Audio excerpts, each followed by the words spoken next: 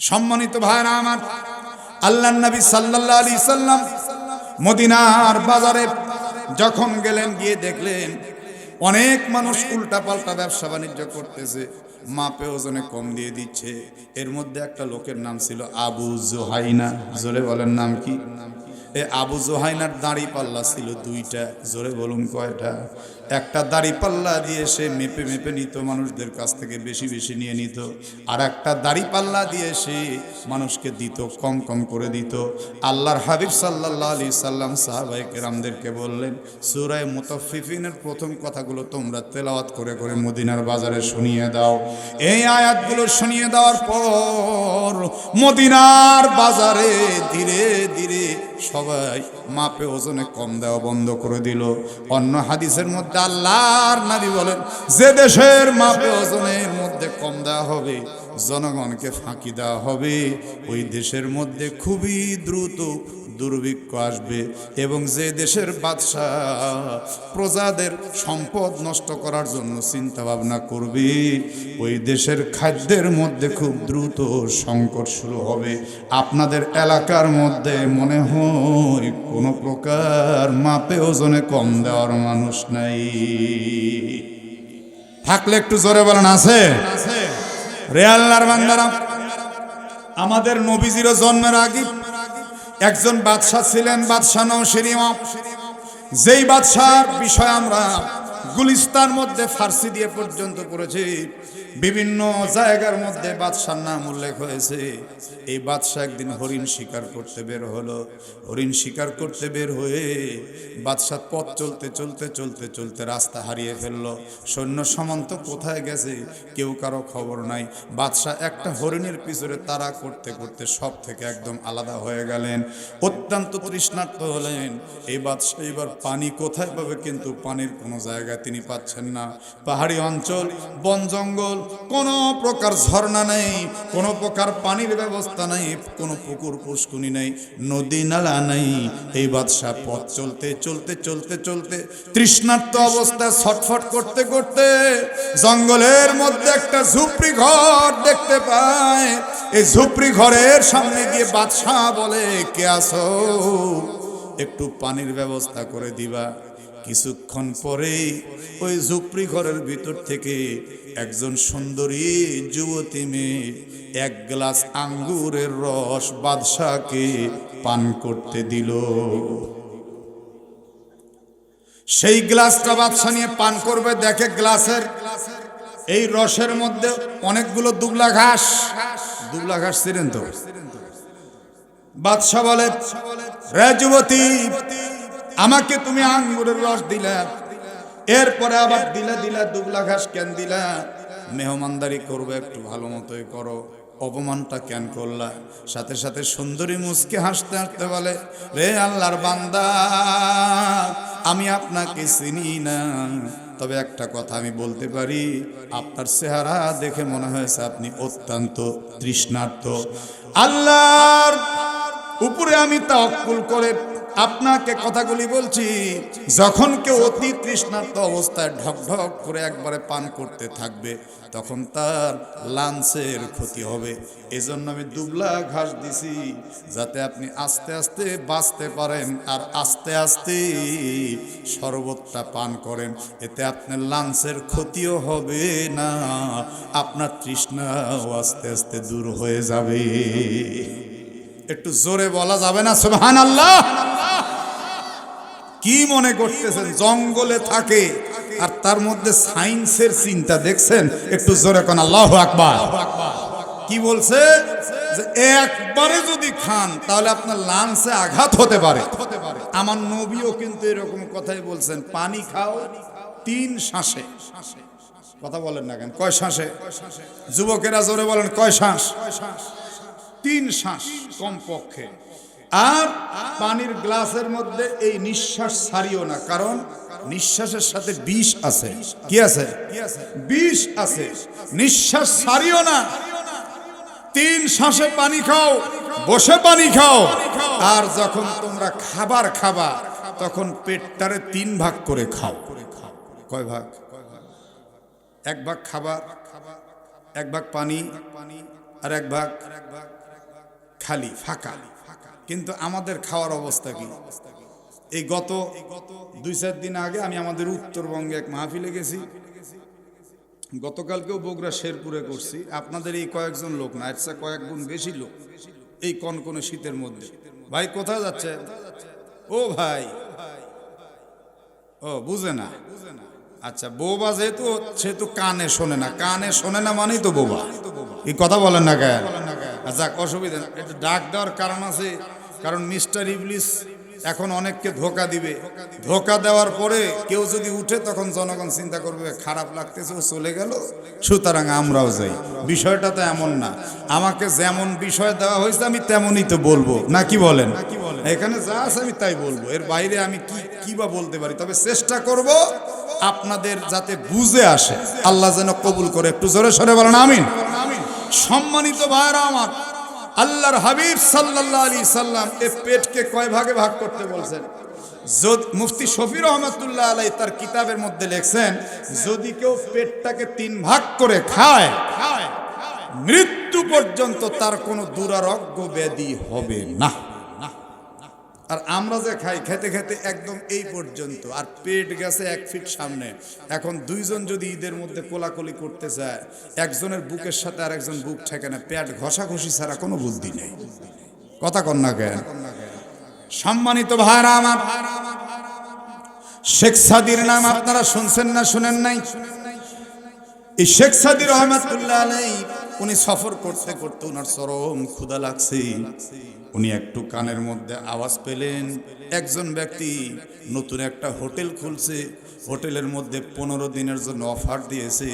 হোটেলের উচ্চ মানের খাবার তিনি 15 দিন ফ্রি খাওয়াবেন হোটেল চালু করার জন্য। সবার কথা শোনার পর তিনি গেলেন। হোটেলের সামনে গিয়ে দেখতে পাচ্ছেন হোটেলের এক দরজা দিয়ে খাবার ঢোকে, আর এক দরজা দিয়ে বের হয়। কি আশ্চর্য ব্যাপার, একদিক দিয়ে কেন বের হয় না? এবার তিনি 1 কদম 2 কদম করে একটু হোটেলের মোটামুটি সামনে গেলেন। যাওয়ার পর দেখতেছেন কি আশ্চর্য, এই যে হোটেলে খাবার খাচ্ছে আর বের হচ্ছে আরেক দিক দিয়ে, যেই দিক দিয়ে বের হয় ওই দরজার সামনে বিশাল কালো দেহের মোটাসোটা একজন মানুষ চুপচাপ দাঁড়িয়ে আছে। যখনই কেউ হোটেলে খেয়ে বের হয়, তখনই একটা থাপ্পড় দিচ্ছে একদম কানের উপরে। ঘুরমি খেয়ে পড়ে যা খাইছিল সব বমি করে বের করে দেয়। আচ্ছা বলেন তো, বিষয়টা রহস্যজনক না? খাওয়ালো কেন আর মারে কেন? এখানে কি এই বাচ্চা?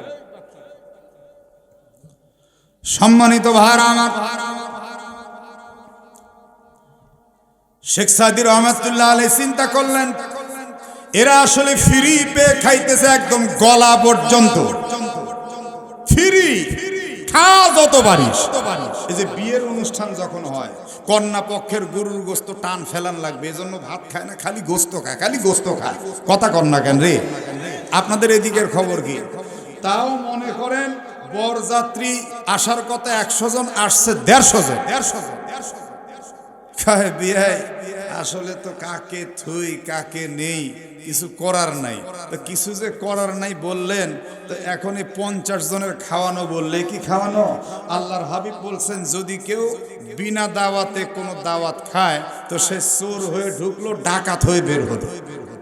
আজ থেকে নিয়াত করে ফেলি, জীবনে কোনোদিন আমরা বিনা দাওয়াতের কোনো খাবার খাবো না। রাজি আছি ইনশাল্লাহ? এই যুবকেরা কথা বলে না, রাজি আছি ইনশাল্লাহ? নবী বলছেন, বিনা দাওয়াতে যে খাবার খেতে ঢুকলো, সে চোর হয়ে ঢুকলো, ডাকাত হয়ে বের হলো। মানে যে পেট ভরে বের হলো, ডাকাত হয়ে বের হলো। শেখ সাদি চিন্তা করছে, এরা ফ্রি পেয়ে এই গলা পর্যন্ত খাচ্ছে, এজন্য থাপ্পড় একটা দিলেই সব বের হয়ে যাচ্ছে। আমিও খাবো, কিন্তু আমার নবীকে আমি সঙ্গে নিয়ে খাবো। তিনি এবার 1 কদম 2 কদম করে প্রবেশ করলেন। প্রবেশ করার পরে তিনিও খাবার খেতে বসলেন। খাবার তিনি একদম পেট ভরে খেলেন না, পেটটাকে 3 ভাগ করলেন। কয় ভাগ? 1 ভাগ খাবার দিয়ে তিনি ভরলেন, আরেক ভাগ পানি দিয়ে ভরলেন, আর 1 ভাগ তিনি একদম খালি রাখলেন। খাবারের শেষে তিনি সুন্দর করে প্লেটটা চাটলেন, তারপর আঙ্গুল চাটলেন এবং সুন্দর করে তিনি খাবারটা কমপ্লিট করলেন। হোটেলের যিনি মালিক উনি একদম ক্যাশে বসে বসে বারবার দেখতেছে আর চোখের পানি ছেড়ে দিচ্ছে। যখনই উনি এবার বের হওয়ার দরজার দিকে যাচ্ছেন, সঙ্গে সঙ্গে একজন ব্যক্তি এসে বলে, হুজুর আমাদের মালিক আপনাকে ডাকতেছেন, একটু আসেন আমাদের মালিকের কাছে। সঙ্গে সঙ্গে উনি আসছেন। আসার পরে দেখতেছে হোটেলের মালিকের চোখের মধ্যে বিন্দু বিন্দু পানি, মুস্কি মুস্কি হাসে আর বলে, হুজুর আসলে আপনি যে ওই দরজা যাচ্ছেন ওই দরজা আপনার জন্য না। হুজুর বললেন, ওই দিক দিয়ে তো সবাই বের হচ্ছে, তাহলে আমার বের হতে নিষেধ কিসের? ওই দিক দিয়ে যারা বের হচ্ছে তারা নবীর সুন্নতের খেলাফ খাইছে। হুজুর গো, আজকে 15 দিন পর্যন্ত আমি হোটেল খুলছি, কিন্তু এর মধ্যে আমি একটা মানুষকেও নবীর সুন্নত তরিকা মোতাবেক খাইতে দেখিনি। এই 15 দিনের মধ্যে একমাত্র আপনাকেই দেখলাম আপনি নবীর তরিকায় খাইছেন। আমার হোটেলে বসে নবীর তরিকায় যখন খাচ্ছেন তখন আমি যেন মনে হচ্ছে মদিনার নবীকে আপনি আমার হোটেলে নিয়ে খাওয়া শুরু করছে। এত সুন্দর করে আপনি সুন্নত বুঝে বুঝে খাবারটা খাইলেন। হুজুর আপনার জন্য থাপ্পড় না, আপনার জন্য পুরস্কার। সুবহানাল্লাহ বলেন। শেখ সাদি বলতেছে, আমি তো নিয়াত করছিলাম যে জল্লাদ যে একটা করে থাপ্পড় দিচ্ছে সব ঘুরমি খেয়ে পড়ে বমি করতেছে, আমি নিয়াত করছিলাম যে আমিও খাবো, নবীর সুন্নত তরিকায় খাবো, দেখি নবীর সুন্নতের শক্তি বেশি না জল্লাদের থাপ্পড়ের শক্তি বেশি। সুবহানাল্লাহ বলবেন না? মালিক হাত ধরে মাপছে, বলে হুজুর বেয়াদবি নিবেন না, নবীর সুন্নতের একজন মানুষকে খুঁজতে গিয়ে আমি এই সিস্টেমটা করছি, আল্লাহর রাস্তায় মাপ চাই। হুজুরকে উল্টো আরও কিছু হাদিয়া তোহফা দিয়ে বলে, হুজুর আজকে থেকে এই হোটেল আপনার জন্য সারা জীবন একদম বুকিং দিয়ে দেওয়া হলো, আপনি যতদিন বাঁচবেন জীবনেও কোনো দিন আপনার সারানা পয়সাও দেওয়া লাগবে না। একটু জোরে সরে বলুন তো, একমাত্র রিজিকের মালিককে। আচ্ছা, জঙ্গলের মধ্যে সুন্দরী মনে আছে, এই সুন্দরী যখন এই কথা বলছে বাদশার দিলের মধ্যে একটা ধাক্কা লাগছে। বাদশা মনে মনে কয়, আমার দেশের জঙ্গলের মধ্যে এত গুণবতী, সে যদি আমার বউ হইতো। নাউজুবিল্লাহ পড়ে। চিন্তা ভালো না খারাপ? জোরে কন। চিন্তা খুবই খারাপ। তখন এই সুন্দরী বলতেছে, বাদশা তো জানে না, এই আল্লাহর বান্দা, এ দেশের বাদশার মনে মনে হচ্ছে কোনো নোংরামি ঢুকছে। একটু জোরে সরে বলুন আল্লাহু আকবার। বাদশা চমকে উঠে একটা হিঁচকি খাইছে যে কিরে, আমি মনে মনে ভাবলাম বিয়ের কথা, এই মেয়ে বলে কেন? সঙ্গে সঙ্গে বলতেছে, বাদশা মনে হয় নিয়াত পরিবর্তন করছে। সুবহানাল্লাহ। মেয়েটা তখন হাসতে হাসতে বলতেছে, সত্যি বাদশা এখন নিয়াত পরিবর্তন করছে। এবার বাদশা এই আঙ্গুরের রসটা খেয়ে একদম কমপ্লিট করলো। করার পরে বলল, ও যুবতী, ও সুন্দরী, কয়টা আঙ্গুর চিপে 1 গ্লাস রস হলো? বলে, আমার বাড়ির মধ্যে একটা বিশাল আঙ্গুরের গাছ আছে, বড় বড় থোকা থোকা আঙ্গুর ধরে, একটা আঙ্গুর চিপে 1 গ্লাস রস হয়ে গেছে। বাদশা তখন মনে মনে নিয়াত করলো, আর একটু ঘুরে ঘুরে দেখি কোনো হরিণ পাই কিনা, যদি না পাই আর 1 গ্লাস আঙ্গুরের রস এখান থেকে খেয়ে যাব এবং আঙ্গুরের গাছটাও দেখে যাব। আমি অবশ্যই এই আঙ্গুরের গাছটা নিয়ে আমি আমার বালাখানার সামনে লাগাইব, তাহলে ইনশাআল্লাহ আশা করা যায় এই বড় বড় আঙ্গুরের রস, মিষ্টি মিষ্টি রস আমিও খেতে পারবো। লম্বা সময় হরিণ খুঁজেও যখন পেল না, এই বাদশা এবার বাড়ির সামনে এসে বলে, যুবতী আর 1 গ্লাস রস দাও। এবার যুবতী রস আনতে একটু লেট হয়ে গেল, বেশ লেট হয়েছে এবং এই গ্লাসের মধ্যে পরিমাণেও আগের চাইতে কম। সঙ্গে সঙ্গে ডাক দিয়ে বলে, যুবতী রে, এত দেরি করে কেন আসলা? বলে, ও আল্লাহর বান্দা, এদেশের বাদশার মনের মধ্যে জনগণের সম্পদ নষ্ট করার লোভ লালসা ঢুকেছে, তাই তো আল্লাহ তাআলা আঙ্গুর এবং ফসলের মধ্যে বরকত কমাইয়া দিছে। জোরে কোন আল্লাহু আকবার। বাদশার মনে আঙ্গুর গাছের লোভ ঢুকছে না? বাদশা চমকে গেছে, বলে এখন কয়টা আঙ্গুর চিপে রস নিয়ে আসলা? বলে পুরো এক থোকা চিপসি, তাও এক গ্লাস হয় না। আগে কয়টা? বলে মাত্র এক পিস। এখানে তোমরা কে কে থাকো? বলে আমি আর আমার পরিমা থাকি। এ দেশের বাদশা এত খারাপ, আঙ্গুর গাছ কি বলে জনগণের সম্পদকে নষ্ট করতে চায়। এ দেশের বাদশা মনে হচ্ছে ভালো না। বাদশাহ তখন এক কদম দুই কদম করে সেখান থেকে চলে গেল। বাদশাহ পরিচয় দিল না। আমার ভাইয়ারা, বাদশাহ এবং এই বুড়িয়ার সুন্দরীর কি হবে আমি একটু পরে বলি, কিন্তু যেইটা আমি বলতে চাচ্ছিলাম, যদি কেউ সম্পদের মধ্যে কম বেশ করে তখন দেশের মধ্যে দুর্ভিক্ষ চেপে আসে। এজন্য কখনোই কারো হক নষ্ট করা যাবে না। বাংলাদেশে এমন অনেক বাপ আছে, ছেলেদের নামে সব সম্পদ লিখে দিয়ে কন্যাদেরকে একদম ফাঁকি দিয়ে দেয়, আছে না নাই? আপনাদের এলাকার খবর কি? সত্যি আছে?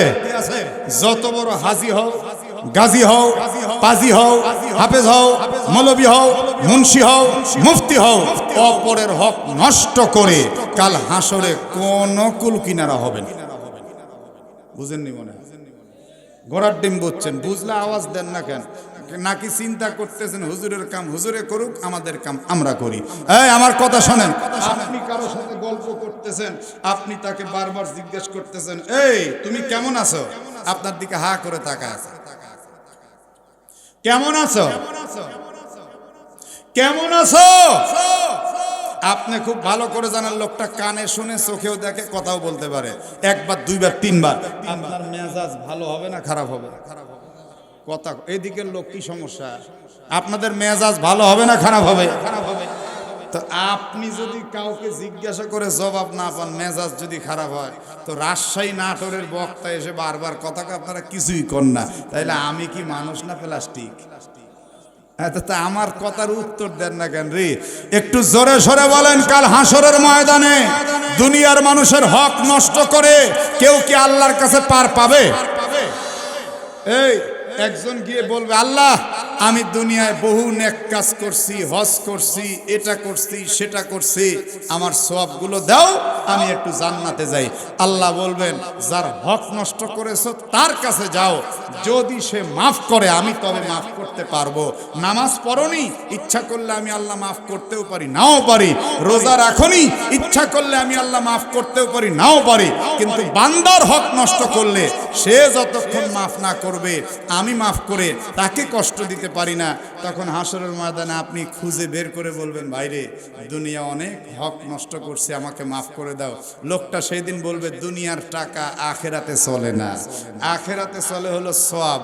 তুমি আমাকে সওয়াব দাও, তাহলে কিন্তু আমি তোমাকে মাফ করে দিতে পারি। এখন লোকটা এক পাওনাদার, দুই পাওনাদার, তিন পাওনাদার, এগুলারে সওয়াব দিতে দিতে দিতে দিতে ওর ভান্ডা একদম শূন্য হয়ে যাবে। এক সময় শূন্য হয়ে সে জাহান্নামের দিকে রওনা দিবে। এজন্য আমার ভাইয়েরা, কাউকে ঋণ রাখবো না এবং কারো হক নষ্ট করব না। রাজি আছি ইনশাআল্লাহ? আচ্ছা এবার শোনেন, আমি একটু আয়াত টানি, তাছাড়া তো এই পোস্টারে বিজ্ঞপ্তিতে যা আছে তার সাথে মিল থাকে না। আপনারা কি বিরক্ত হচ্ছেন? ওইদিকে এই বাচ্চা, এই রাস্তায় যারা আছো, হয় ভিতরে বসো, নাহলে বাড়ি যাও। যদি না বসো আর যদি কথা বলো, আমার কিন্তু অভ্যাস আছে স্টেজ থেকে গিয়ে ধরে নিয়ে আসবো। কারো লাগবে না, কথা কম না কেন? কারণ এখানে তোমার গল্প আর তামাশা দেখার জন্য লাখ টাকা খরচ করে মাহফিল দেওয়া হয়নি, কথা কম না কেন? তুমি তামাশা দেখতে আসছো মিয়া এই জায়গায়, তোমার কথার চাইতে কোরআনের কথার দাম কোটি কোটি গুণ বেশি।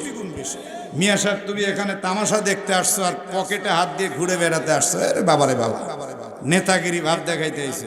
আমার ভাইয়েরা, আল্লাহ সবাইরে কবুল করেন, আমিন বলেন, আমিন। থাকলো সুন্দরী আর সুন্দরীর মা জঙ্গলে, দেখা যাক বাদশা কি করে।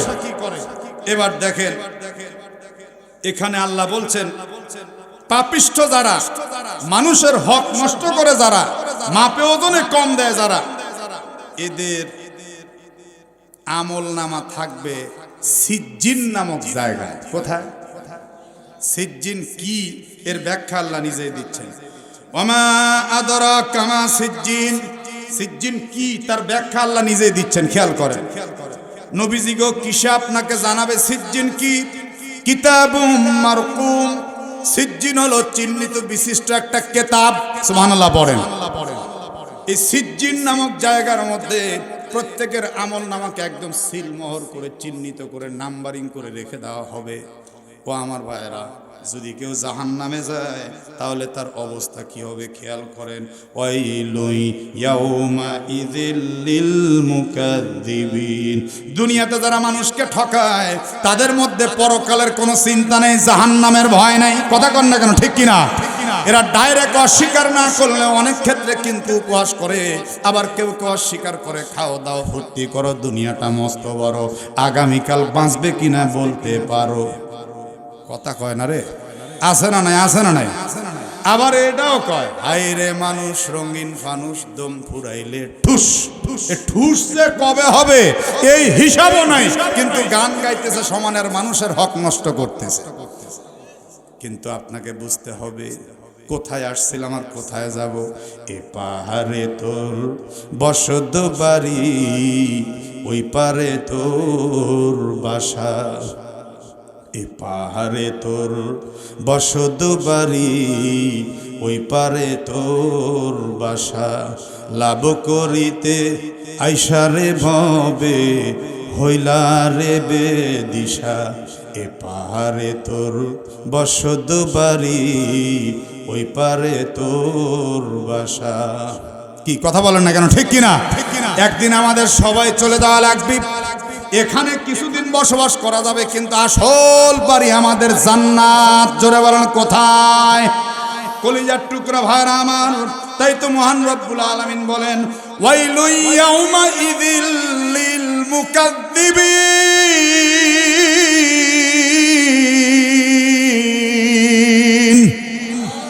আল্লাহ বলেন দুর্ভোগ যারা মিথ্যারোপ করে কিয়ামতের দিনকে। আপনারা যারা বসা আছেন একটু জোরে জোরে বলুন তো, কিয়ামত হবে না হবে না? যারা জবান বন্ধ রাখলো তারা কি নাস্তিক নাকি জানি না, চিৎকার করে বলেন আখিরাত সত্য না মিথ্যা? আল্লাহর সামনে দাঁড়াতে হবে, সত্য না মিথ্যা? এই জীবনই শেষ জীবন না, আর একটা জীবন আছে না নাই? এই জীবন ধোঁকা, ওই জীবন আসল। এই কথা বলেন না কেন? এই জীবন ধোঁকা, ওই জীবন আসল। আসল আসল ভাই এখানে আসেন, আমি দেখতে না পাইলে মজা পাই না। ভাই আসেন তো ভাই, একটু সামনে আসেন। মাশাআল্লাহ আসেন। সম্মানিত ভাইরা আমার, দুর্ভোগ তাদের জন্য যারা বিচার দিবসকেও মিথ্যারোপ করে, মিথ্যা বলে বিচার দিবস বলতে কিছু নেই। আল্লাযীনা ইউকাযযিবুনা বিয়াউমিদ্দিন, তারা বিচার দিবসকে মিথ্যারোপ করে। ওমা ইউকাযযিবু বিহি ইল্লা কুল্লু মুতাদিন আসিম। আল্লাহ বলেন সমস্ত পাপিষ্ঠ সীমালঙ্ঘনকারী এরাই কেবলমাত্র বিচার দিবসকে অস্বীকার করে। কোনো মুমিন বান্দা বিচার দিবসকে পরকালকে অস্বীকার করে না। আমরা সবাই আল্লাহর প্রতি ঈমান এনেছি। একটু চিৎকার করে বলুন আমাদের রব কয়জন? আপনাদের এই আওয়াজে ফেরেশতারা সাক্ষী দিবে উল্টা। এই আওয়াজ দিলেন, একটু আওয়াজ করে জবান খুলে আল্লাহকে বলে দেন আমাদের রব কয়জন? এতে কোনো সন্দেহ আছে? সেই রবের প্রতি বিশ্বাস রেখে আমরা আবারও বলছি পরকাল বলতে একটা জীবন আছে না নাই? সম্মানিত ভাইরা আমার, আল্লাহ তাআলা বলেন নবীজি গো, এই কাফেররা পরকাল অস্বীকার করে, মক্কার বড় বড় লিডাররা আপনাকে কষ্ট দেয়। ইযা তুতলা আলাইহি আয়াতুনা ক্বালা আসাতিরুল আউয়ালিন। এই কাফের লিডারদের কাছে যখন কোরআনের তেলাওয়াত করা হয় তখন তারা বলে এই কোরআন তো পূর্ব যুগের একটা উপকথা, কল্প কাহিনী মাত্র, এইটা আবার কিসের আল্লাহর কালাম, এটা আমরা বিশ্বাস করি না। আপনারা একটু চিল্লায়া কি বলতে পারবেন এই কালাম কার? সত্যি কি তাই? বিশ্বাস হয়? সম্মানিত ভাইরা আমার, সেই কালাম নিয়ে আজকে বহুত মিথ্যাচার এই দেশের মধ্যে হচ্ছে। দেখেন একটু পরে একটা কথা শুনবেন, আল্লাহ বলছেন কাল্লা, কখনোই না, বরং রানা আলা কুলুবিহিম তাদের অন্তরে মরিচা ধরে গেছে, জং ধরে গেছে। মা কানু ইয়াকসিবুন, যে পাপ তারা অর্জন করেছে, এই পাপের কারণে তাদের অন্তরে ধরে গেছে জং। এখন কোরআনের শুরুতে সূরা বাকারার প্রারম্ভিক দিকে আল্লাহ বলেছেন খতামাল্লাহু আলা কুলুবিহিম, আল্লাহ তাআলা কাফেরদের অন্তরে মোহর মেরে দিয়েছেন। নাউজুবিল্লাহ পড়েন। আচ্ছা ঠিক তো বললেন, কিন্তু এর ব্যাখ্যা কি? বড় বড় নাস্তিকরা বলছে কাফেরদেরকে হুজুররা গালাগালি করেন কেন, কাফেররা জাহান্নামে যাবে, এটা কোন আয়াতে আছে আমরা বিশ্বাস করি না। নাউজুবিল্লাহ পড়েন না কেন? কেন বলে খতামাল্লাহু আলা কুলুবিহিম, আল্লাহ নিজেই কাফেরদের অন্তরে মোহর মারছে। তো কাফের তাহলে ঈমান আনবে কি করে? এই কথা বুঝছেন না? বুঝেন? মোহর মারছেন কে? সকলে বলে দেন, মোহর মারছেন কে? তো আল্লাহই মোহর মেরে দিছে, তাহলে ঈমান আনবে কেমনে? তাহলে যারা কাফের, এই আয়াত দিয়ে তারা প্রমাণ করতেছে কাফেরদের ঈমান না আনার পিছনে তাদের কোনো দোষ নাই, আল্লাহ মোহর মেরে দিয়েছে, তাই তারা কাফের থেকে গেছে। উনি সৃষ্টি কেন করছেন, উনি কেন মোহর মারছেন উনি জানেন। সুতরাং কাফেররা এগুলার বিশ্বাস না করে কোরআনকে পর্যন্ত অস্বীকার করছে। আপনাদের কাছে কি এই প্রশ্নের কোনো জবাব জানা আছে? জোরে বলে। আল্লাহ নিজে মোহর মারলেন, কেন মারলেন? শোনেন, এখান থেকে একটা যুক্তি আপনাদের বুঝতে হবে। আল্লাহ রাব্বুল আলামিন তিনি ভবিষ্যতের খবর জানেন না? জানেন না? একটা স্কুলে ক্লাস 5-এ পরীক্ষা হবে। ওই ক্লাসের মধ্যে মনে করেন 50 জন ছাত্র আছে। কোন ছাত্র পাশ করবে আর কোন ছাত্র ফেল করবে শিক্ষক জানে না? জানে না? কেন জানে? কারণ সারা বছর সে ছাত্রদেরকে পড়িয়েছে, তার নখদর্পণে আছে কোন ছাত্রের কি অবস্থা, কে ট্যালেন্ট আর কে গাধা, আর কে কতটুকু পারবে কে পারবে না। এটা কিন্তু শিক্ষক হাসতে হাসতে আগে বলে দেয়, গাধা গোল্লা খাবে, তুই কিন্তু এবার ফার্স্ট বয় হয়ে গেছিস, আমি দেখতে পাচ্ছি, মিষ্টি রেডি রাখ। এরকম সারা পারা বলে না? বলে না? কথা বলে না রে যুবকেরা? বলে না? বলে না? এখন আপনার কাছে আমি প্রশ্ন রাখতে চাই, তো এই স্যার, আপা, ম্যাডাম এরা ভবিষ্যতের খবর কেমনে বললো? পূর্ব অভিজ্ঞতার আলোকে বলল। এই কথা বলেন না কেন? পূর্ব অভিজ্ঞতার আলোকে বলল। তো আমার রব যাদেরকে সৃষ্টি করেছেন তাদের ব্যাপারে আগে পিছে ভবিষ্যৎ অতীত সব জানেন না? জানেন না? সব জেনে শুনেই আল্লাহ পাক মোহর মারছেন। বিষয়টা এমন নয়। আল্লাহ সূরা মুতাফফিফিনের মধ্যে বলছেন বিষয়টা হলো তাদের পাপের কারণে তাদের অন্তরে জং ধরে গেছে।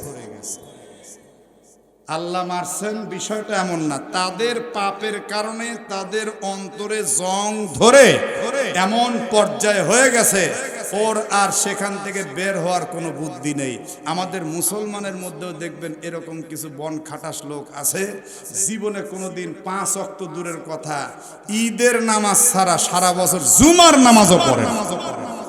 কথা বলেন, আরে আছে না নাই? আছে না নাই? আছে না নাই? আপনাদের এলাকার খবর কি? জুমার নামাজ চলে আর উনি বাড়িতে বসে বসে মোবাইল টিপে। ভদ্রলোক, কি ভাই জুমা পড়ছেন? হয় নাই হুজুর। তো কবে পড়বেন? দেখি চেষ্টা করতেছি। মনে রাখবেন, 3 জুমা যদি কেউ ইচ্ছাকৃত বাদ দেয় তার হৃদয়ের মধ্যেও মোহর পড়ে যায়, সেও কিন্তু নেক কাজ আর ভালো লাগে না। নাউজুবিল্লাহ। এখন এই যে কলবের উপরে যে জং ধরে গেল, লোহার উপরে যদি জং ধরে, এই জং রেত দিয়ে ছাড়াতে হয়, আগুনে দিয়ে, হাপুড়ে দিয়ে, লাল করে হাতুড়ি দিয়ে পিটালে তখন জং ছেড়ে যায়। কলবের জং তো আর আগুন দিয়ে ছাড়ানো যাবে না, রেত মারা যাবে না। এই জং ছাড়বে কি করে? আল্লাহর হাবিব সুন্দর একটা পন্থা আমাদেরকে বাতলিয়েছেন, লিকুল্লি শাইইন সিকালাতুন ওয়া সিকালাতুল কুলুবি যিকরুল্লাহ। প্রত্যেক বস্তুর জং আছে, আর কলবের জং ছাড়ানোর জন্য হলো আল্লাহর জিকির। সুবহানাল্লাহ পড়েন। আর শাইতানু জাসিমুন আলা কলবি বানি আদম, ফাইদা যাকারাল্লাহ খানাসা ফাইজা গাফালা ওয়াসওয়াসা। আল্লাহর হাবিব বলেন শয়তান প্রত্যেকটি বনি আদমের কলবের মধ্যে হাঁটু গেড়ে বসে আছে। এই শয়তান যতক্ষণ পর্যন্ত আপনি আল্লাহর জিকির না করবেন ততক্ষণ পর্যন্ত আপনার কলবের মধ্যে জেকে বসে আপনাকে কুমন্ত্রণা দিতে থাকবে। আর যখনই আপনি আল্লাহর জিকির করবেন তখনই শয়তান দূর হয়ে যাবে। বুঝে থাকলে একটু জবান খুলে বলুন তো আল্লাহর জিকির করার দরকার আছে না নাই? আল্লাহ পাক রব্বুল আলামিন কোরআনের অন্য আয়াতে বলেন আযকুর রাব্বাকা ফি নাফসিকা তাদাররুআন ওয়া খীফা ওয়া দুনাল জাহরি মিনাল কওলি বিল গুদুবি ওয়াল আসওয়ালি ওয়া লা তাকুম মিনাল গাফিলিন। বান্দা বান্দিরে তোমরা তোমাদের রবের জিকির করো, নফসের মাধ্যমে জিকির করো, ক্রন্দনরত অবস্থায় জিকির করো, ভীত সন্ত্রস্ত অবস্থায় জিকির করো, চিৎকার আওয়াজ অপেক্ষা কম আওয়াজে জিকির করো, সকাল সন্ধ্যায় জিকির তোমরা করতেই থাকো। কিন্তু আমাদের বাংলাদেশের মধ্যে এমন অনেক জিকির আছে আল্লাহর নাম বাদ দিয়া বাবার নামে জিকির করে। কথা করে যুবকেরা আছে না নাই? আমি এই বাংলাদেশে বহুত মাজার ঘোরালো, তো এক পীর বাবার পাশে বসে মুরিদেরা গোল হয়ে জিকির করতেছে, আব্বা আব্বা আব্বা আব্বা আব্বা আব্বা আব্বা আব্বা। নাউজুবিল্লাহ কোন না কেন ভাইরা আমার, বন্ধুরা আমার, এই যে আপনাদের ময়মনসিংহের পাশে একটা জেলা আছে নেত্রকোনা, আছে না? আমার জীবনের যখন আমি বক্তাই হইনি ওই নেত্রকোনার মধ্যে একটা মাহফিলে গিয়েছিলাম। আমি যেই মসজিদে জুমার নামাজ পড়াতাম ওইখানে নেত্রকোনা থেকে একটা তাবলিগ জামাত আসছিল। জুমার দিন আমার বক্তব্য শুনে তাদের বলে খুব ভালো লাগছে।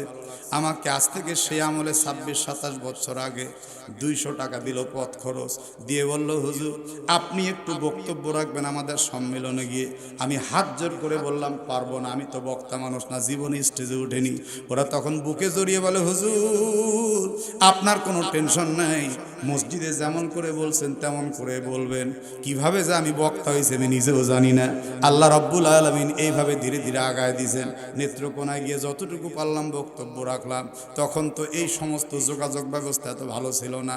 রাত্রিবেলায় থাকলাম, সকালবেলা একটা ভ্যান গাড়ি ঠিক করে দিল বাস স্ট্যান্ড পর্যন্ত। চাদর গায়ে দিয়ে শীতের মধ্যে ঠকঠক করে কাঁপতে কাঁপতে ভ্যান গাড়িতে রওনা দিলাম। দেখতে পেলাম ভ্যানওয়ালা খুব আরামের সাথে গাড়ি টানতেছে, কিন্তু মাঠের ভিতর থেকে মাইকের একটা আওয়াজ আসতেছে,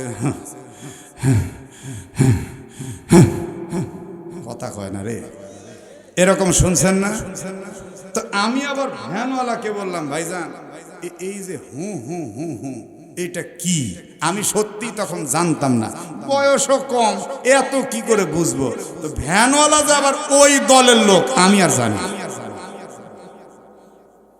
ভ্যান চালাতে চালাতে ঘাড় কাত করে পিছনে তাকা বলতেছে, এই তুই কি ওয়াহাবি নাকি? মানে হুজুর মুজুর না, ডাইরেক্ট তুই, এই তুই কি ওয়াহাবি? আমি বললাম ভাই আমি ওয়াহাবি টোহাবি তো বুঝি না, আপনি এইভাবে আমাকে বলতেছেন। কয় এটা যে জিকির তুই বুঝিস না? আচ্ছা আল্লাহ আল্লাহ সুবহানাল্লাহ আলহামদুলিল্লাহ এগুলা বললে সওয়াব, কিন্তু হু হু হু হু যখন বলে তখন আমার মনে হয় এই ফেরেশতারা খাতা কলম নিয়ে রেডি হয়ে চুপ থাকে। আল্লাহ হয়তোবা তখন বলে যে ফেরেশতারা চুপ কেন? ফেরেশতারা হয়তো বলে যে আল্লাহ সুবহানাল্লাহ আলহামদুলিল্লাহ এগুলা বললেই না সওয়াব লিখবো, কিন্তু হু হু এই লিখবো না চলে আসবো বুঝতেছি। কথা কর না রে, কারণ কোরআনে তো হাদিসে তো এরকম হু হু নাই। এই পথ চলতে চলতে চলতে চলতে হঠাৎ দেখলাম হ্যাঁ ওই হু হু, রাস্তার পাশে এরকম প্যান্ডেল, একে অপরকে জড়িয়ে ধরে কান্না কাটি চিল্লা চিল্লি গড়াগড়ি হু হ্যাঁ কে কু কু। তো আমি চিন্তা করলাম এই তো খুব ম্যাজিক্যাল ব্যাপার। ভ্যানওয়ালাকে বললাম ভাই অনুরোধ যদি 5টা মিনিট দাঁড়াতেন একটু দেখে যেতাম, জীবনে এরকম তো দেখিনি, আর আমাদের উত্তরবঙ্গে তো এগুলো নাই।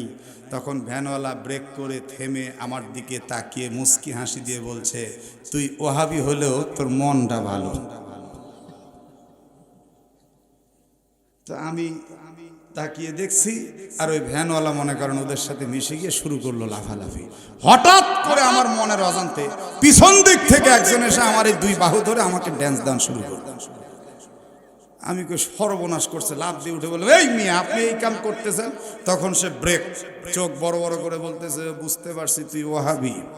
তো বললাম, এই নাচানাচি করেন কেন? আল্লাহ বিল্লাহ করবেন করেন, নাচেন কেন? ও বুঝতে পারছি, তুই খাঁটি ওয়াহাবি, তুই কোরআনও বুঝিস না, হাদিসও বুঝিস না।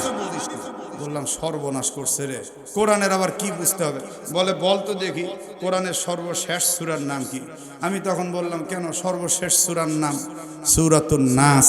তখন সে চোখ রাঙিয়ে বলল, বুঝিস না, ওই নাস মানেই তো নাচানাচি। এই যে কয়েকদিন আগে যে জেলে নিয়ে গেল, এই বয়াতির নাম যেন কি, আবুল। এ কথা কয় না রে যুবকের, এর নাম কি? আবুল। এই আবুলও কিন্তু এই কথা বলছে। আজ থেকে 25-26 বছর আগে আমি চোখে দেখছি, আর এই 26 বছর পরে এসে আবুলই কয়। হায় হায় হায়, নাচ মানে বলে নাচানাচি। তারপরে আমি চিন্তা করলাম, সর্বনাশ। তো বললাম, ভাই এই কেমনে এখানে নাচ হলো, নাচানাচি হলো, আমি তো বুঝলাম না। তখন বলে, শোন দেখ, এইখানে আল্লাহ তাআলা 3 রঙে নিজেই 3 বার নাচছে। আরে নাউজুবিল্লাহ, জোরে কর না কেন? আমি জানার জন্য লোকটাকে বললাম, আচ্ছা বলেন তো দেখি কিভাবে এখানে নাচ হলো। তখন সে যেইভাবে বলছিল আমি আপনাদেরকে শোনাচ্ছি। লোকটা বলছিল, ওলা আউযুবি রব্বে নাসে, মালিকে নাসে, এলাহে নাসে। নাউজুবিল্লাহ পড়েন।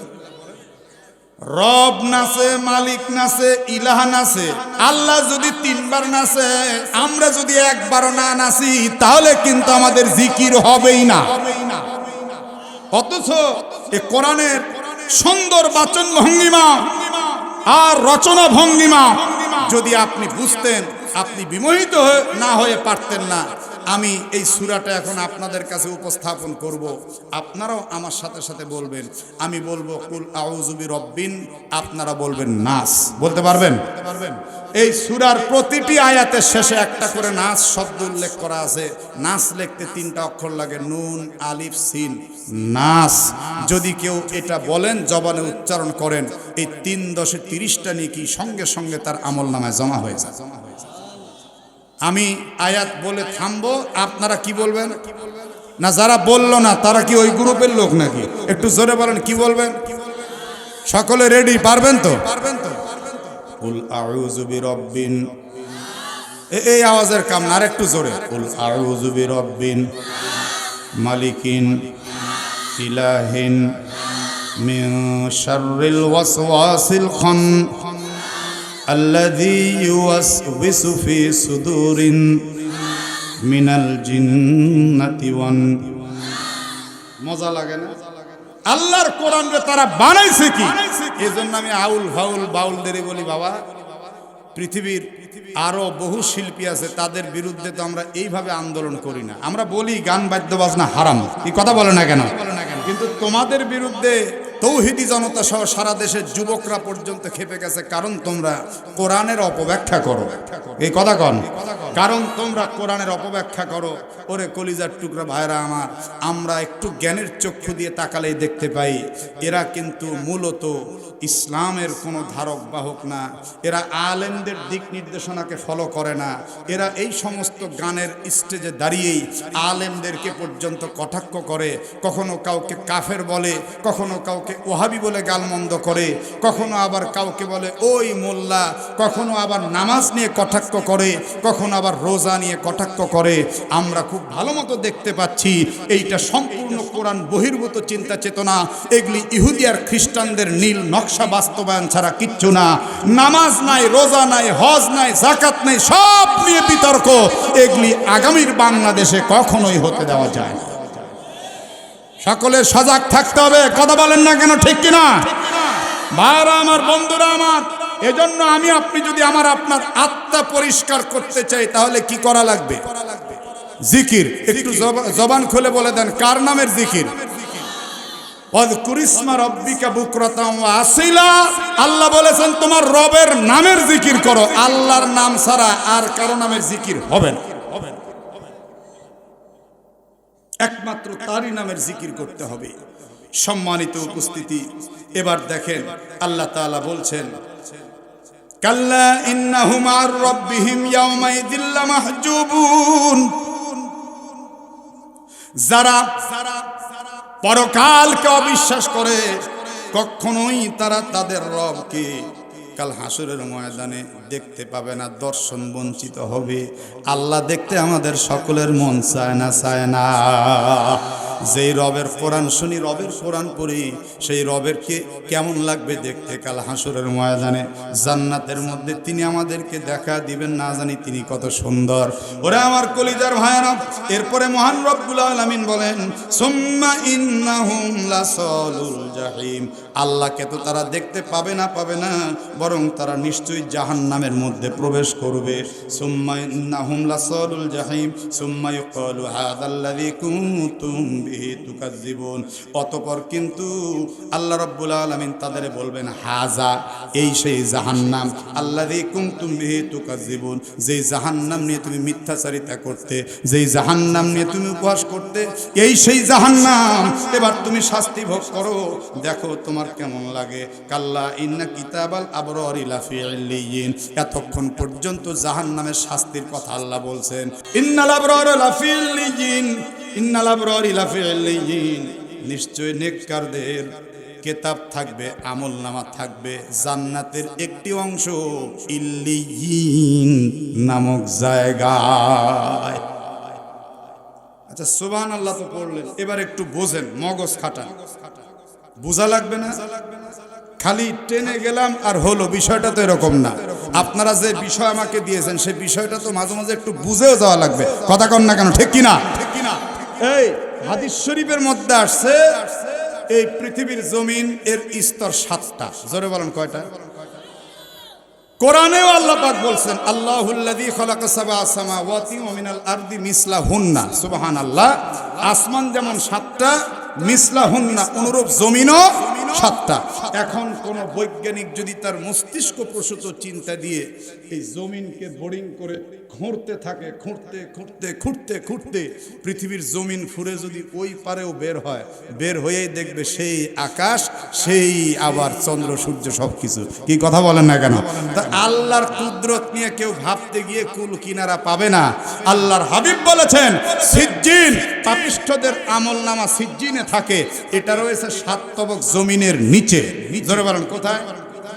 আর ইল্লিয়িন এটা রয়েছে একদম আসমানের উপরে, 7 আসমানের উপরে জান্নাতের একটা অংশে। সুবহানাল্লাহ বলেন। তাহলে এই আয়াতগুলো দিয়ে প্রমাণ হচ্ছে এই নেককারদের আত্মা থাকবে নিচে না উপরে? সকলে বলেন। আর যারা খারাপ পাপিষ্ঠ এদের আত্মা কোথায় থাকবে? নিচে। ও আমার ভাইরা, এখন একটা প্রশ্ন, মানুষ মরে গেলে আমরা মাটি দিই কোথায়? এই বাবারা, এই মাইকালারা, বাপরে বাপ, তোমরা মাহফিল চালাবা, গল্প করলে বাইরে গিয়ে করতে হবে। এত ডিস্টার্ব দিলে আল্লাহর কোরআন বলা যায় না। আর স্টেজের পাশে যারা আছে সরান তারা। খেয়াল করেন, আমরা মানুষ মরলে কবর দেই কোথায়? আকাশে না এই জমিনে? এই জমিনে না 7 তবক জমিনের নিচে? যেখানে আমরা বসবাস করি সেখানে। কি বলেন, তাই কিনা? হয়তো একটা নির্দিষ্ট কবরস্থানে বা কোনো জঙ্গলে, বাসতলা, তালতলা, এরকমই তো আগে এরকমই হতো। এখন একটা নির্দিষ্ট কবরস্থান হয়েছে। এখন নাস্তিকরা কি প্রশ্ন করে জানেন এই আয়াতগুলো দেখে? যে মানুষের আত্মা আল্লাহ বলছেন খারাপ হলে যাবে সিজ্জিনে 7 তবক জমিনের নিচে, ভালো হলে যাবে ইল্লিয়িনে জান্নাতে। তো একটা গেছে নিচে, একটা গেছে উপরে। এখন এই দেহ আছে মাটিতে। জোরে বলেন কোথায়? মাটিতে। তো তাহলে এই কবরের আযাব সম্বন্ধে যে হাদিসগুলো আছে, সিজ্জিনের মধ্যে পাপিষ্ঠদের এই আত্মা শাস্তি পায়, আর ইল্লিয়িনের মধ্যে পাপিষ্ঠ আর নেককারদের আত্মাটা শাস্তি ছাড়া স্বাভাবিক অবস্থায় থাকে। তাহলে দেহের উপরে শাস্তি হয়, কবরে শাস্তি হয়, এই ব্যাপারে হাদিসগুলোর অবস্থা কি? যারা আহলে কোরআন আছে আর নাস্তিক আছে এরা কিন্তু এই হাদিসগুলো, কবরের আযাবের হাদিসগুলো অস্বীকার করে। নাউজুবিল্লাহ পড়বেন না? আগে আপনারা বলেন, কবরের আযাব হবে বলে কি আপনাদের মনে হয়? কথা বলে না। কবরের আযাব আছে বলে কি আপনাদের মনে হয়? এই বিশ্বাস আছে না নাই? আচ্ছা, এবার একটা যুক্তি দেন। প্রচুর আয়াত আছে, আমার যেহেতু আলোচ্য বিষয় যেটা, তার বাইরে গেলে আপনাদেরও মাথায় ধরবে না। একটা খালি যুক্তি আমি আপনাদেরকে দিচ্ছি। আমরা আকাশের দিকে তাকালে দিনের বেলা যেটা আলো দেয় সেটা কি? সূর্য। দিনের বেলা সূর্য, সূর্যের আলোর একটা তাপ আছে না নাই? সূর্য পৃথিবী থেকে কোটি কোটি গুণ উপরে, কি বলেন তাই কিনা? সেই সূর্য কিন্তু তাপদাহ দিচ্ছে পৃথিবীতে। আপনি যদি একটা গামলার মধ্যে একটু পানি রাখেন, এই শীতকালেও যদি রাখেন, ওই সূর্যের তাপে 1-2 ঘন্টা পরে পানি হিট হবে না হবে না? সূর্য তো এখানে নেই, সূর্য তো আছে ওই আসমানে। কথা বলেন না কেন? অনুরূপ ভাবে আমার আপনার আত্মা যেখানেই থাক, আমার রব সেখান থেকে ইচ্ছা করলে আত্মার সাথে দেহটা কটলেস করে সাথে সাথে এইখানেও শাস্তির ব্যবস্থা করতে পারে। কথা বলেন না? পারে না? পারে না? এই বিশ্বাস আমাদের ঠিক থাকবে তো ইনশাআল্লাহ? আমার ভাইরা, আর আমি বেশি গভীরে গেলাম না, আপনাদের মাথা অত ধরবে না। এবার আসুন আরেকটু সামনের দিকে অগ্রসর হই। আল্লাহ রাব্বুল আলামিন বলছেন, ওয়ামা আদরাকা মা ইল্লিয়ুন। ইল্লিয়ুনটা কি? আল্লাহ নিজে প্রশ্ন করতেছেন, আপনারা শুনেন। আল্লাহ বলেন, নবীজি গো, কিসে আপনাকে জানাবে ইল্লিয়িনটা কি? কিতাবুম মারকুম। ইল্লিয়িনটা হলো নির্দিষ্ট সুনির্দিষ্ট চিহ্ন বিশিষ্ট একটা কিতাব। সুবহানাল্লাহ বলেন। ইয়াশহাদুহুল মুকাররাবুন। সেদিন ইল্লিয়িন আমাদের কিতাবটা আমরাও দেখব, এবং মুকাররব আল্লাহর নির্ধারিত, আল্লাহর মনোনীত ফেরেশতা যারা, নৈকট্যপ্রাপ্ত ফেরেশতারা যারা, তারাও এই দামি এই কিতাবটাকে পাহারাদারি করতে থাকবে। রে আল্লাহর বান্দারা, হাদিস শরীফের মধ্যে আসছে, তাফসীরে মাযহারের মধ্যে আসছে, ইল্লিয়িনটা একটা সবুজ চুনি পান্নার দ্বারা তৈরি। এই ইল্লিয়িনের মধ্যে মহান রব্বুল আলামিন আমাদের সব আমলনামা একদম রেকর্ড করে রেখে দিয়েছেন। এখন তো মোবাইলের মধ্যে কিছুই থাকে না, তারপরও 120 জিবি, 30 জিবি, 200 জিবি, 300 জিবি জায়গা আছে। একটা প্রযুক্তির যুগে মানুষ যদি সামান্য এক মোবাইলের মধ্যে সারা দুনিয়ার সব রেকর্ড রাখতে পারেন, আমার আল্লাহ বুঝি ইল্লিয়িনের মধ্যে সারা দুনিয়ার সব মানুষের আমল রেকর্ড রাখতে পারবে না? ও আমার মা বোন, একটু ভালো করে শুনুন মা। আল্লাহ রাব্বুল আলামিন বলছেন, খিতামুহু মিস্ক। ইন্নাল আবরারা লাফি নাঈম। যারা নেককার তারা থাকবে স্বাচ্ছন্দ্যময় জীবনে জান্নাতের মধ্যে। সুবহানাল্লাহ পড়েন। কিভাবে থাকবে? আল্লাহ বলেন, আলাল আরাইকি ইয়ানজুরুন। তারা কিন্তু একদম সুসজ্জিত চেয়ারে বসে দেখতে থাকবে সুন্দর করে। তারিফু ফি বুজুহিহিম নাদরাতান নাঈম। আল্লাহ বলেন, নবীজি গো, আপনি তাদের চেহারার মধ্যে স্বাচ্ছন্দ্যের সজীবতা দেখতে পাবেন। ইসকাউনা মির রাহিকিম মাখতুম। আর তাদেরকে পান করানো হবে সিলমোহরযুক্ত সুমিষ্ট পানি থেকে। সুবহানাল্লাহ বলেন। এই একটা প্রশ্ন করি, জান্নাতের মালিক কে? এক আওয়াজে জোরে বলেন। না না, এই যারা যুবক এরাই বলতেছে না, জোরে সরে বলেন, জান্নাতের মালিক কে? তাই এই তাফসীর আর এই ওয়াজ সারা জীবন এলাকা শুনছে। আচ্ছা, মনে করেন আমি সাদিক ভাইয়ের বাড়ি ভাড়া নিলাম, বাড়ির মালিক কে? বাড়ির দুনিয়া। সাদিক ভাইয়ের বাড়ি আমি ভাড়া নিলাম, অস্থায়ী মালিক আর কি। বাড়ির মালিক কে? সাদিক ভাই। আমি যে ভাড়াটিয়া, আমার মনের মধ্যে একটা দুশ্চিন্তা থাকবে না যে কোনো সময় বাড়িওয়ালা যদি বলে, ভাই আগামী মাসে বাড়িটা ছেড়ে দেন, আমি কিন্তু ছেড়ে দিতে বাধ্য। কথা বলেন না কেন? তাহলে যারা ভাড়াটিয়া তারা কিন্তু একটা দুশ্চিন্তার মধ্যে থাকে নাকি মুফতি সাহেব? আচ্ছা, এই ভাড়াটিয়ারা কঠিন একটা দুশ্চিন্তার মধ্যে থাকে যে কখন জানি বের হয়ে যেতে বলে। এখন আপনারা বললেন জান্নাতের মালিক আল্লাহ, তো আল্লাহ যদি মালিক হয় তাহলে আমরা ওই জান্নাতের মধ্যে গিয়েও তো অশান্তি হবে, না জানি কখন বের করে দেয়, না জানি কখন বের করে দেয়, না জানি কখন বের করে দেয়। তো আপনারা কি বললেন, এটা আল্লাহ মালিক, আল্লাহ মালিক। আচ্ছা, দেখা যাক কতদূর কি হয়।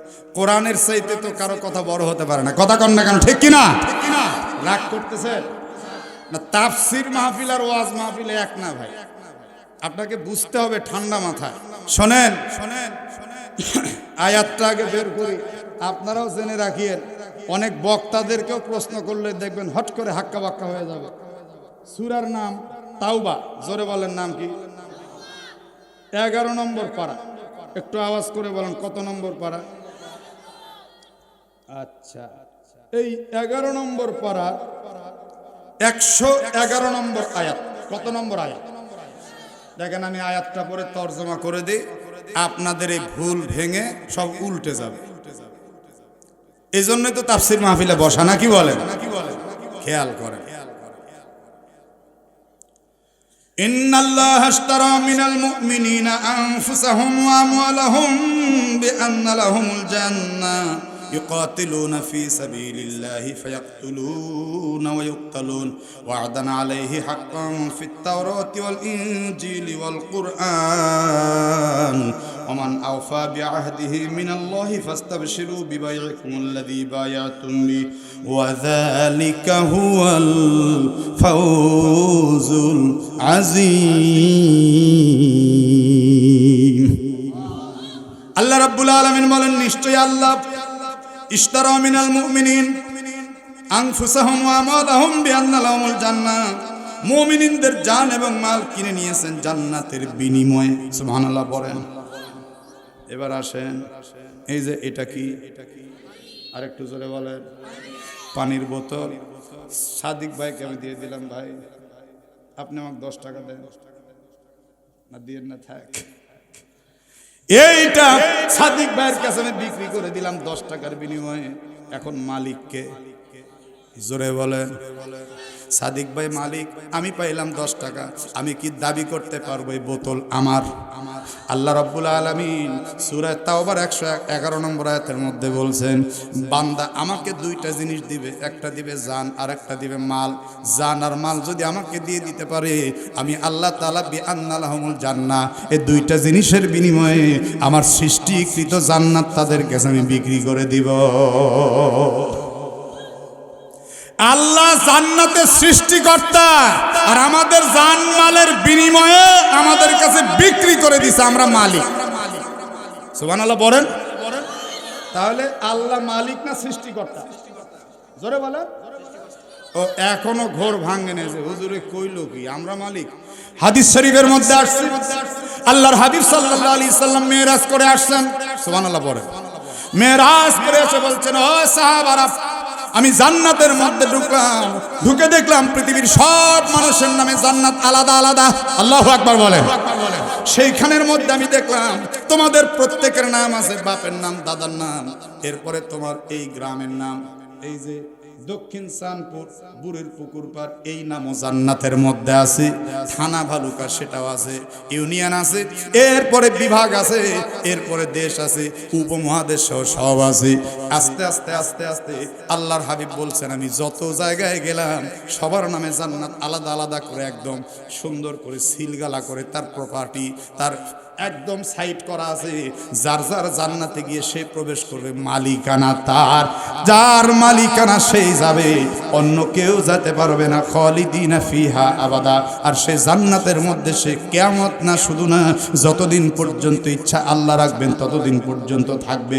জান্নাত থেকে আর কোনোদিন তার বাহির হতে হবে না। আল্লাহ জান্নাত সৃষ্টি করে জানমালের বিনিময়ে আমাদের কাছে বিক্রি করে দিয়েছে। এবার বুঝে থাকলে একটু জোরে সরে বলেন তো, জান্নাতের মালিক কে? দেখেন সবাই আমরা বলে সাহস করতে পারলো না, তার কারণ চিন্তা করতেছে, হুজুর যে পরিমাণ সুদ খায় তাতে কি জান্নাত পাওয়া অত সস্তা? হুজুর আপনাদের এলাকায় মনে হয় সুদখোর নাই, থাকলে একটু জোরে বলো রে যুবক। আছে শতকরা কয় টাকা? 8 আনা। কি কয়? শতকরা 50 টাকা দিয়ে কোনোদিন সুদ নেয় কেউ? 1 টাকা 8 আনা। ইন্না লিল্লাহ। বলেন কি? হায় হায় হায় হায়। না বললেই না। আল্লাহ কোরআনে বলেন, আহাল্লাল্লাহুল বায়া ওয়া হারামার রিবা। ব্যবসা হালাল, সুদ হারাম। আপনারা যারা বসা আছেন, আল্লাহর কোরআনের পক্ষে একটু জবান খুলে বলে দেন, সুদ কি? হলো না, হলো না। সুদ কি? সুদ কি? লানা রাসূলুল্লাহ সাল্লাল্লাহু আলাইহি সাল্লাম আকিলার রিবা ওয়া মুকিলাহু ওয়া কাতিবাহু ওয়া শাহিদাইহি। আল্লাহর হাবিব বলেন, আল্লাহ রাসূলের লানত চার ব্যক্তির উপরে, যে ব্যক্তি সুদ খায়, যে ব্যক্তি সুদ দেয়, যে ব্যক্তি সুদের অঙ্ক লেখে, যে ব্যক্তি সুদের সাক্ষী হয়ে যায়, আল্লাহ তাআলার আল্লাহ রাসূলের লানত এই চার ব্যক্তির উপরে। এখন দেখেন বাঁচার কিন্তু কোনো জায়গা নাই, সুদের সঙ্গে সম্পৃক্ত সবারই কিন্তু মরণ। আল্লাহর হাবিব আরেক জায়গার মধ্যে বলেন, কেউ যদি একটা পয়সা সুদ খায় তার ৭০টা গুনাহ হয়, এর মধ্যে সবচেয়ে ছোট্ট গুনাহ হলো আপন মায়ের সঙ্গে জিনা করা।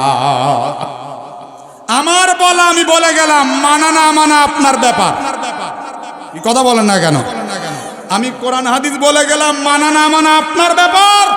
আপনি কি করবেন আপনি জানেন, আমি জানি না। এই জন্য এখানে যেহেতু বসছেন, আল্লাহর হাবিব বলছেন, এই যেখানে কোরআনের তাফসীর ও জিকির হয় ওইটা হলো জান্নাতের বাগান। সুবহানাল্লাহ বলেন।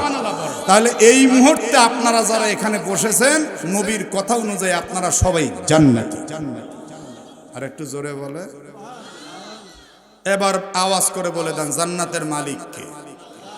আবার কয় আল্লাহ, সৃষ্টিকর্তা আল্লাহ। জোরে বলেন, সৃষ্টিকর্তা কে আর মালিক কে? আমরা। দলিল সূরা বাকারা আর সূরা তাওবা 111। জোরে বলেন কত? ইশতারা মিনাল মুমিনিনা আনফুসাহুম ওয়া আমওয়ালাহুম বিআন্না লাহুমুল জান্নাহ। সুবহানাল্লাহ বলেন। তাহলে এবার সকলে বলে দেন, আমি বলবো জান্নাতের মালিক কারা? আপনারা বলবেন আমরা। জোরে বলুন কারা? আর একবার জোরসে বলুন। এবার আমি বলবো আমরা সবাই, আপনারা বলবেন জান্নাতি। ফেরেশতারা একটু শুনুক। জীবনে বহু মিছিল হয়েছে, ধানের শীষ, নৌকা, লাঙ্গল, দাড়িপাল্লা। আজকে জান্নাত জান্নাত একটা মিছিল হবে। রাজি আছেন না? সবাই রাজি আছেন? আচ্ছা, আমি বলবো আমরা সবাই, আপনারা বলবেন জান্নাতি। বলতে পারবেন? যে বলবে না বুঝবেন ওর মধ্যে ভেজাল আছে। রেডি? আমরা সবাই। হলো না? আমরা সবাই, তাও হয়নি।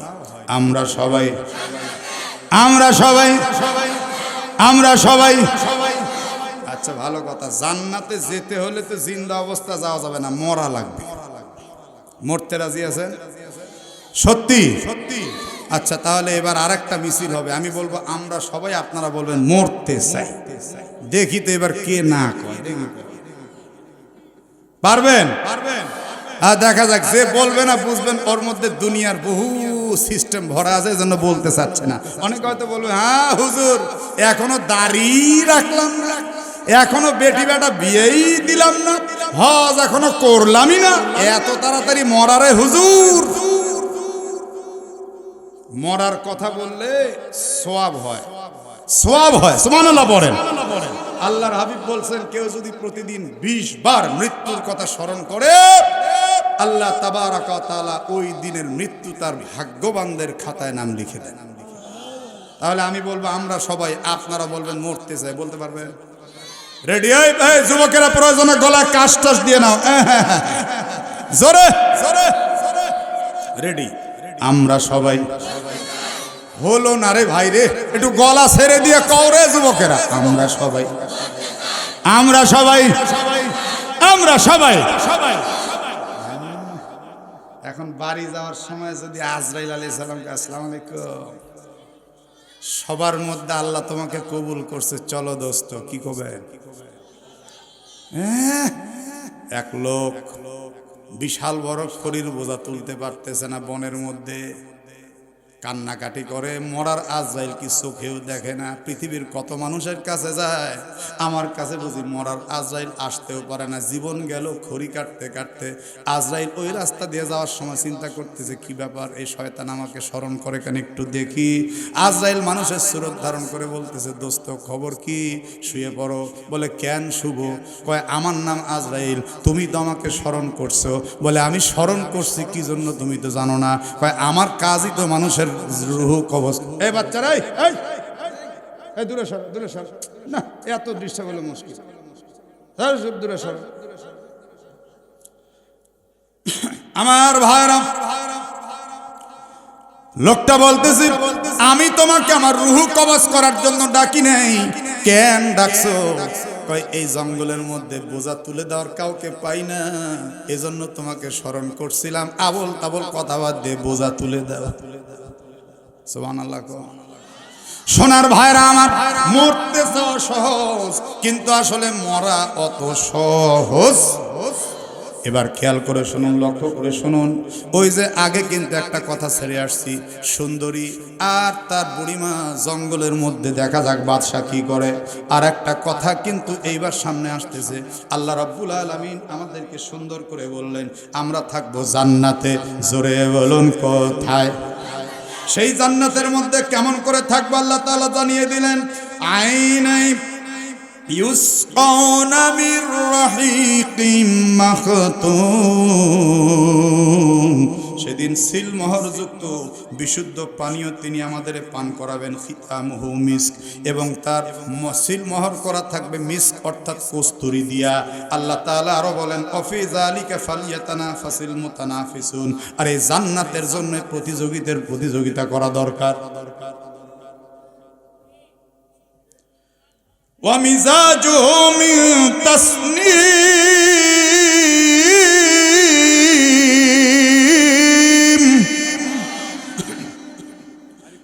আচ্ছা, এখন আপনারা আমাকে বলেন, আমি কি বাকি কথা বলবো না দোয়া করে দেব?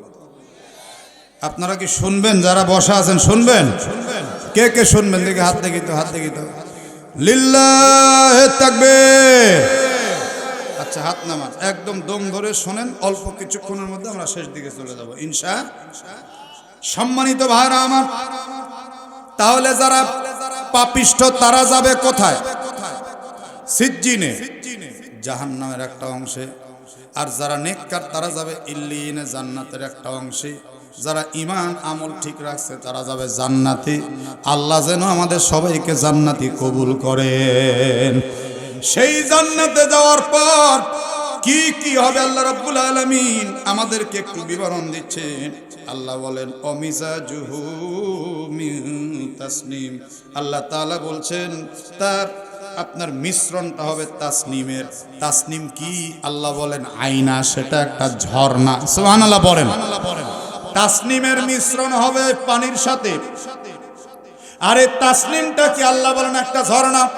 হাদিস শরীফের মধ্যে আল্লাহর হাবিব বলেন, একদম জান্নাতুল ফেরদাউস, সর্ব উচ্চাঙ্গের জান্নাতের ভিতর থেকে একটা নহর, একটা প্রস্রবণ চলে আসবে। এই নহরটাই হলো তাসনিম। অত্যন্ত উচ্চাঙ্গের এই পানি, অত্যন্ত সুঘ্রাণ, অত্যন্ত সুস্বাদু। এই পানি দিয়ে ওই আপনার শরাবটাকে সুন্দর করে মিশ্রণ করা হবে। এটা যতই খাবে মানুষ কিন্তু ততই সজীবতা লাভ করবে। আপনারা একটু জবান খুলে বলুন তো, এই পৃথিবীতে মদ হারাম না হালাল? জোরে বলেন। সত্যি কিন্তু জান্নাতে হালাল। মাসালুল জান্নাতিল্লাতী বুইদাল মুত্তাকুন ফিহা আনহারুম মিন মাইন গায়রি আসিন ওয়া আনহারুম মিন লাবানিল লাম ইয়াতাগায়্যার তা'মু ওয়া আনহারুম মিন খামরিল লাযযাতিল লিশারিবিন ওয়া আনহারুম মিন আসালিন মুসাফফা। সুবহানাল্লাহ বলেন। জান্নাতে মদ হালাল, দুনিয়াতে মদ হারাম।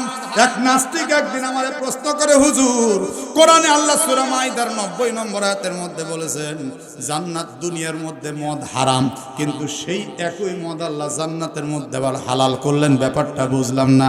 আল্লাহর কি মাথা নষ্ট? নাউজুবিল্লাহ। কর না কেন? এই নাস্তিকরা কখন কোন শব্দ বলে? আমার ভাইরা, আপনারা কি এই জবাব দিতে পারবেন? দুনিয়ায় হারাম, জান্নাতে হালাল, এর কোনো জবাব জানা আছে আপনাদের? তো না, তো একটু সুন্দর করে বলেন, জানা আছে? আচ্ছা, তাইলে এই প্রশ্ন আপনাদের সামনে রাখলাম। প্রশ্ন কিন্তু দুইটা থেকে গেল, ওই জঙ্গলের সুন্দরী আর এই মদ দুনিয়াতে হারাম, জান্নাতে হালাল কেন? এই দুই কথা।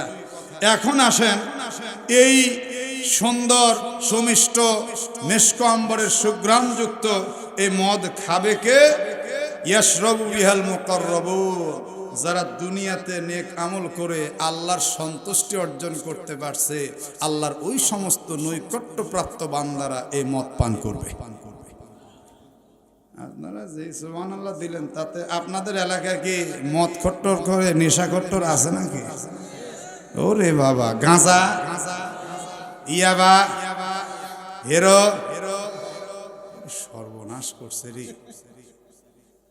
গাঁজা খাওয়া কি জোরে খাওয়া? সবাই কন্যায়, তার মানে ভেজাল আছে। একদিন একজন আমার হুজুর, আপনারা তো জর্দা খান, আমরাও সেই একই পাতা গাঁজা বানায় খাই, ক্ষতি কি? আমি কইলাম চাবায়া খা। এই কথা কন না কেন? চাবাই খান আর যেমনে খান, এটা স্বাস্থ্যের জন্য ক্ষতি। যে কোনো হুজুর একমত, এইটার মধ্যে একটা নিকোটিন সৃষ্টি হয়, এর মধ্যে ক্যান্সারের জার্ম আছে। এই মাদকতা থেকে আমাদের দূরে থাকতে হবে।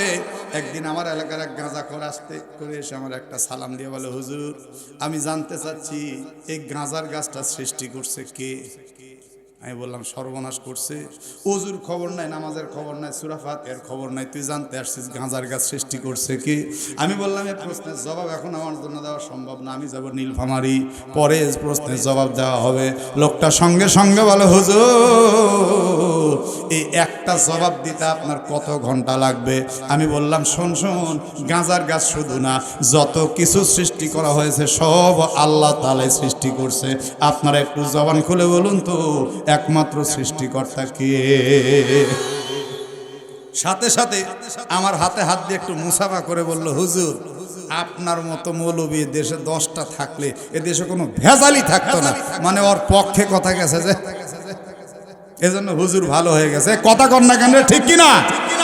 দেখবেন এই দেশে যদি কারো পক্ষে কথা যায় তাহলে সে হয় সোনার হুজুর। এই কথা কয় না, কি হুজুর? সোনার হুজুর। আর যদি একটু খালি স্লিপ করে, ওই হুজুরের মতো খারাপ হুজুর আর দুনিয়াতে। তো গাড়ি তো উঠবো, হুজুর আর একটা। বললাম আবার কি? হুজুর এই গাঁজার গাছ তো আল্লাহ সৃষ্টি করছে। আল্লাহ কাদের জন্য সৃষ্টি করছে? আমি বললাম সৃষ্টি যত সব এই বান্দাদের জন্য অনেক সৃষ্টি, আর আল্লাহ পাক সৃষ্টি করে রাখছে বিভিন্ন কাজের জন্য। তো এই আল্লাহ তাআলা বান্দাদের জন্য সৃষ্টি করছেন। এইবার বুকের সাথে বুক মিলিয়ে এমন কোলাকুলি শুরু করছে, কিন্তু আমার তো দম বন্ধ হয়ে যাচ্ছে। হাই রে গাঁজার গন্ধ! বললাম বাবা তাড়াতাড়ি সর হয়েছে? বলে হুজুর আর একটা। বললাম তোর মাথার উপরে দিব বাড়ি। একটা একটা করতে করতে কয়টা হলো? বলে হুজুর লাস্ট প্রশ্ন, এই যে গাঁজার গাছ সৃষ্টি করছেন আল্লাহ, গাঁজার গাছ সৃষ্টি আল্লাহ করছেন বান্দাদের জন্য, তাহলে আপনারা হুজুররা খেতে নিষেধ করেন কেন? দেখছেন প্রশ্ন?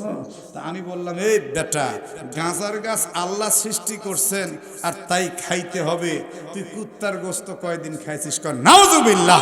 তাই বললাম কুত্তাও তো আল্লাহ সৃষ্টি করছে। কথা কয় না রে, কুত্তা সৃষ্টি করছে কে? আল্লাহ সৃষ্টি করছে। তুই খাস না কা? আল্লাহ তো সৃষ্টিকর্তা, সৃষ্টি করবে, তাই বলে কি সব খাওয়া যাবে? সম্মানিত ভাইরা আমার, এই যে জান্নাতের মধ্যে মহান রব্বুল আলামিন আমাদেরকে প্রবেশ করাবেন, হাদিস শরীফের মধ্যে আসছে আল্লাহর নবী সাল্লাল্লাহু আলাইহি সাল্লাম যখন মদিনার মধ্যে গেলেন, যাওয়ার পরে মদিনায় একজন তাওরাত কিতাবের হাফেজ ছিলেন, তার নাম আব্দুল্লাহ ইবনে সালাম। তিনি তখনও কলেমা পড়েন নাই, ইসলাম গ্রহণ করেন নাই। আব্দুল্লাহ ইবনে সালাম রাদিয়াল্লাহু আনহু খেজুর গাছে উঠে খেজুরের বাদা কাটতেছেন। এমন সময় উনার ফুফি আম্মা গিয়ে বলতেছে, রে সালাম তুমি এখানে খেজুর কাটতেছো, আর মদিনার মধ্যে নাকি একজন নবী আসছে, আসল নবী নাকি ভণ্ড নবী, তুমি একটু তাড়াতাড়ি যাও, ওকে পরীক্ষা করলে একমাত্র তুমিই করতে পারবে। আব্দুল্লাহ ইবনে সালাম খেজুর আর তার অস্ত্র শস্ত্রগুলো নিয়ে বাড়িতে রেখে কাপড় চোপড় গায়ে দিয়ে একটা দৌড় দিয়ে আল্লাহর নবীর কাছে গিয়েছে। যাওয়ার পরে বলে, নবীজি আমি আপনাকে এমন 3টা প্রশ্ন করব, একমাত্র নবী ছাড়া কেউ উত্তর দিতে পারবে না। আল্লাহর নবী বললেন, বলেন দেখি আপনি কি প্রশ্ন করবেন? আল্লাহ চাহে তো আমি উত্তর দিয়ে দিব ইনশাআল্লাহ। একটু জোরে সরে বলুন তো, একমাত্র তৌফিক দেওয়ার মালিককে। সঙ্গে সঙ্গে বলে, আমার 1 নম্বর প্রশ্ন হলো, বলেন তো কোন সন্তান দেখতে হয় মায়ের মতো, কোন সন্তান দেখতে হয় বাবার মতো, এর কারণ কি? হুজুর বললেন 2 নম্বর প্রশ্ন কি? বলে 2 নম্বর প্রশ্ন হলো, এই পৃথিবীর সবচেয়ে কিয়ামতের বড় আলামতটা কি হবে? বলে ৩ নাম্বার প্রশ্ন কি? বলে ৩ নাম্বার প্রশ্ন হলো জান্নাতের মধ্যে আল্লাহ তাআলা যখনই মানুষকে প্রবেশ করাবেন সর্বপ্রথম কি খাইতে দেবেন? সুবহানাল্লাহ। আল্লাহ নবী এবার একটু মুস্কি হাসি দিয়ে বললেন, ইতিপূর্বে ৩ প্রশ্ন আমিও জানতাম না, এই মাত্র আল্লাহ তাআলা জিবরাইল ফেরেশতাকে আমার কাছে পাঠিয়ে ৩ প্রশ্নের উত্তর জানিয়ে দিয়েছে। ১ নম্বর প্রশ্নের জবাব নেন, কোন সন্তান দেখতে মায়ের মতো, কোন সন্তান বাবার মতো। তার কারণ হলো মায়ের রেহেমের মধ্যে যদি বাবার শুক্র আগে যায় সন্তান দেখতে বাবার মতো হয়। মায়ের রেহেমের মধ্যে যদি মায়ের শুক্র আগে যায় তাহলে ওই বংশের নসল ধরবে মায়ের মতো, নানির মতো, তার মায়ের মতো। আর যদি বাবার শুক্র আগে যায় তাহলে বাবা, দাদা, তার ওই উপরের বংশের নসল ধরবে। সঙ্গে সঙ্গে আব্দুল্লাহ ইবনে সালাম বলেন, হুজুর তাহলে ২ নম্বর প্রশ্নের জবাবটা দেন। আল্লাহর নবী বলেন, কিয়ামতের আগ মুহূর্তে পূর্ব দিক থেকে একটা আগুন মানুষদেরকে পশ্চিম দিকে হাঁকিয়ে নিয়ে যাবে। এটাই হলো কিয়ামতের সবচেয়ে বড় আলামত। হুজুর গো, এবার আপনি বলেন জান্নাতের প্রথম খাবার কি হবে? এক হাদিসের মধ্যে আসছে আল্লাহর নবী বলেন জান্নাতের প্রথম খাবার হবে মাছের কলিজা ভুনা। সুবহানাল্লাহ পড়বেন না? আরেক হাদিসের মধ্যে আসছে আল্লাহর হাবিব বলেন, এই জান্নাতের মধ্যে সর্বপ্রথম মানুষ যখন যাবে তখন তাদেরকে আগেই ভারী খাবার দেওয়া হবে না। আত্মীয় স্বজনদের বাড়ি যদি আগে কেউ যায়, আগেই কিন্তু পোলাও কোরমা ফিরনি দেওয়া হয় না, আগে কিন্তু একটু নাস্তা দেয়। এই কথা বলেন না কেন?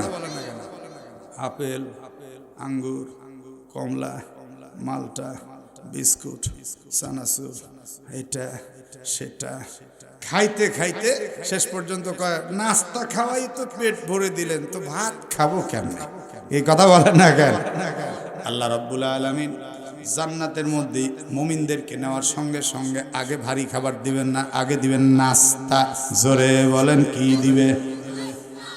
এই নাস্তার একটা তস্তরি সামনে আসবে, এই তস্তরির মধ্যে ৭০টা প্লেট ভর্তি নাস্তা থাকবে। কয় প্লেট? যুবকেরা কথা কও না, কয় প্লেট?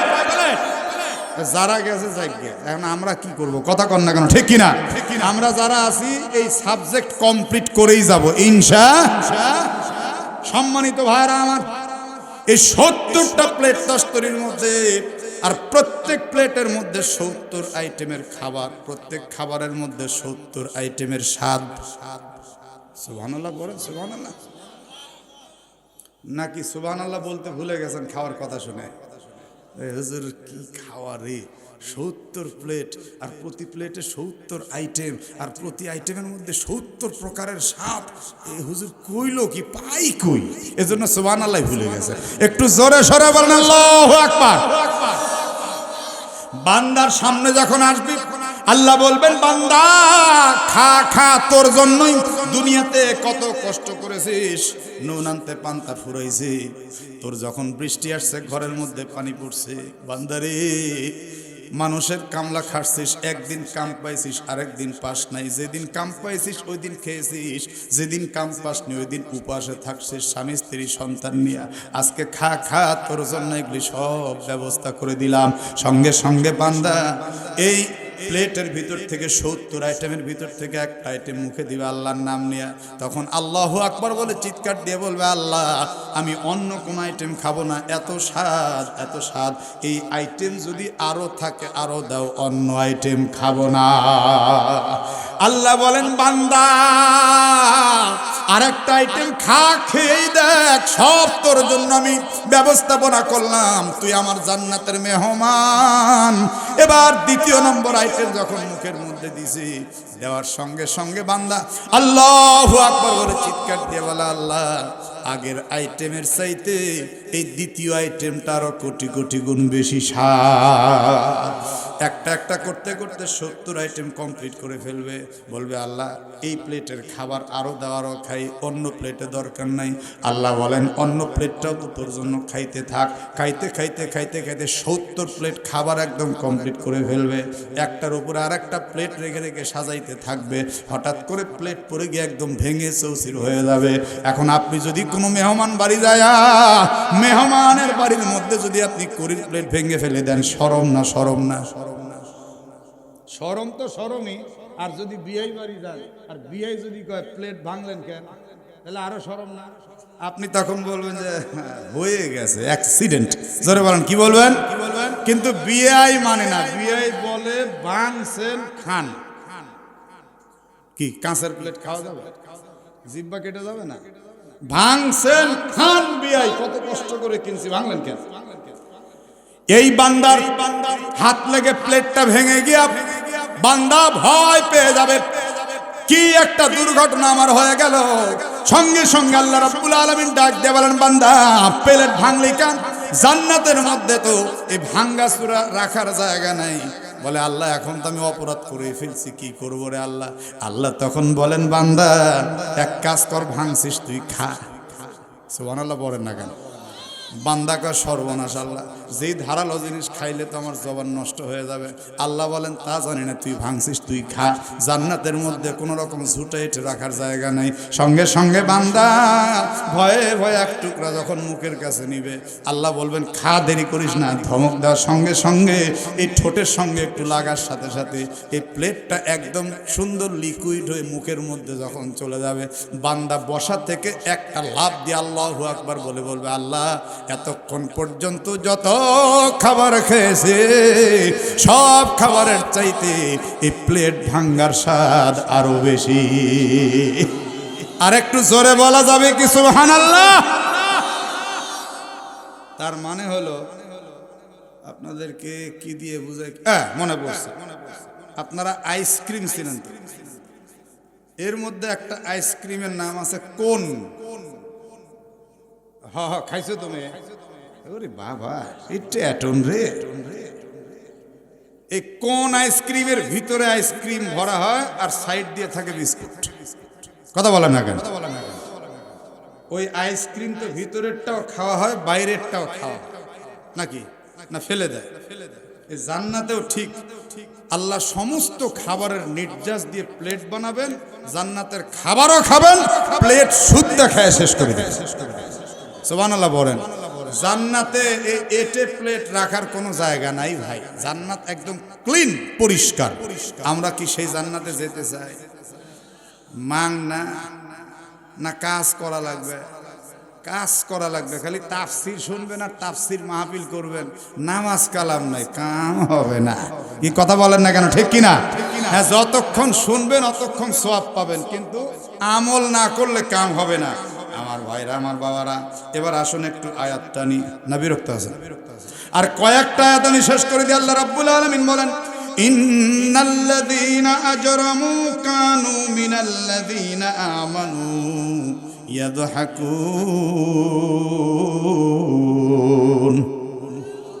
নিশ্চয়ই যারা পাপিষ্ঠ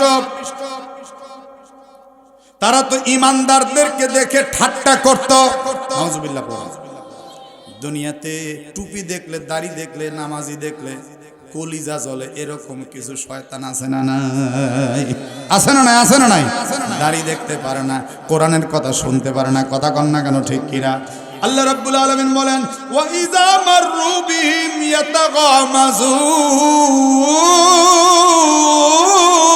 ইয়াতাগামাজুন।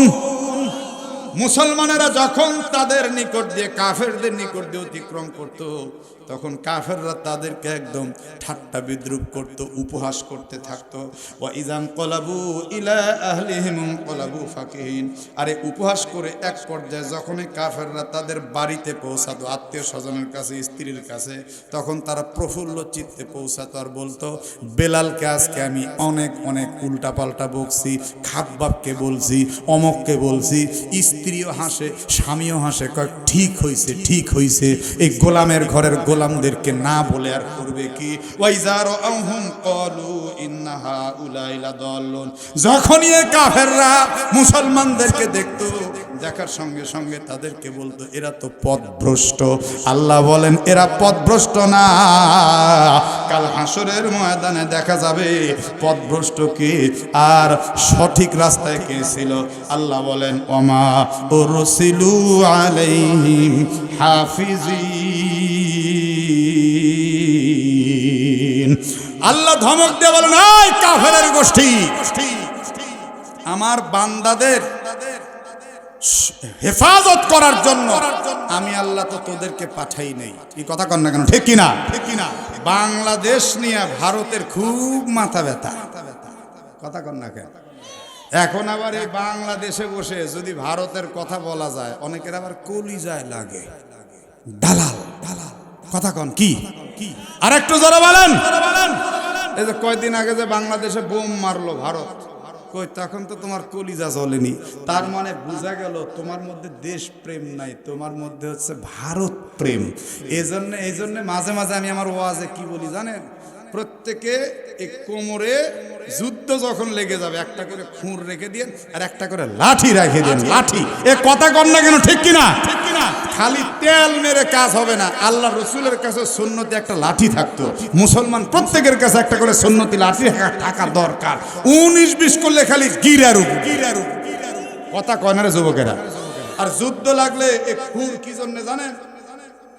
ওদের তো সুন্নত হয়নি, দিবেন কেটে। আল্লাহ যা করে বয়দনেশগুলা, ওমা উরসিলু আলাইহিম হাফিজিন, তোদের কে দাদাগিরি করতে কইছে? এ দেশ নিয়ে, এ দেশে যা হয় হোক, যা থাকে থাকুক, সেটাই দেশের জনগণ বুঝবে। তোরা কি? ভারতের কোন আধিপত্য এই দেশের মানুষ মানবে না। স্বয়ং ভারতের অনেক হিন্দুরাও এই বিজেপি নেতাদেরকে এখন মানতে পারতেছে না। কথা কর না কেন, ঠিক কিনা? আপনারা একটাবার চিন্তা করেন, একটু গরুর গোশত খাওয়ার জন্য মুসলিম নারী পুরুষের জিহ্বা কেটে দিয়েছে। আমাদের 400 বছরের বাবরি মসজিদ, ঐতিহ্যবাহী মসজিদ ভেঙে রাম মন্দির বানাইছে। এরপরেও ভারতের পক্ষাবলম্বন যারা করে, বুঝতে হবে এরা নামকে অস্তি মুসলিম, এরা ভারতের গোলাম। কি যারা আল্লাহর ঘর মসজিদের পক্ষে থাকতে পারে না, তাদেরকে আপনি কি বলবেন? আল্লাহ বলেন ওমা উরসিলু আলাইহিম হাফিজিন, আমার বান্দাদের নিয়ে তোদেরকে দাদাগিরি করতে আমি পাঠাইনি।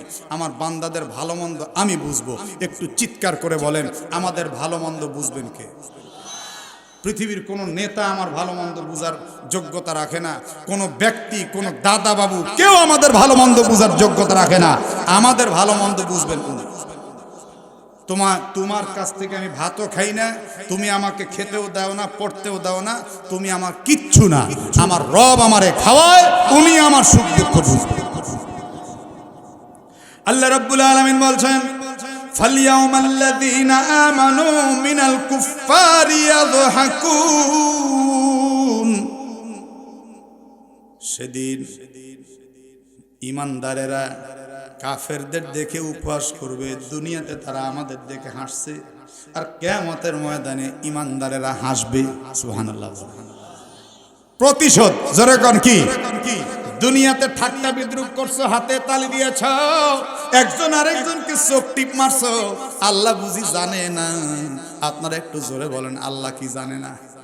আল্লাহ বলেন মিনাল কুফফারি ইয়াযহাকুন, কাল হাসরের ময়দানে টের পাওয়া ঈমানদাররা তোমাদের অবস্থা দেখে হাসবে। তোমরা যখন জাহান্নামের মধ্যে যাবা, আলাল আরাইকি ইয়ানজুরুন, ঈমানদাররা তখন দেখতে থাকবে সুসজ্জিত আসনে বসে বসে, আর সেই দিন ঈমানদাররা আনন্দ করবে। আল সুবিবাল কুফফারু মা কানু ইয়াফআলুন,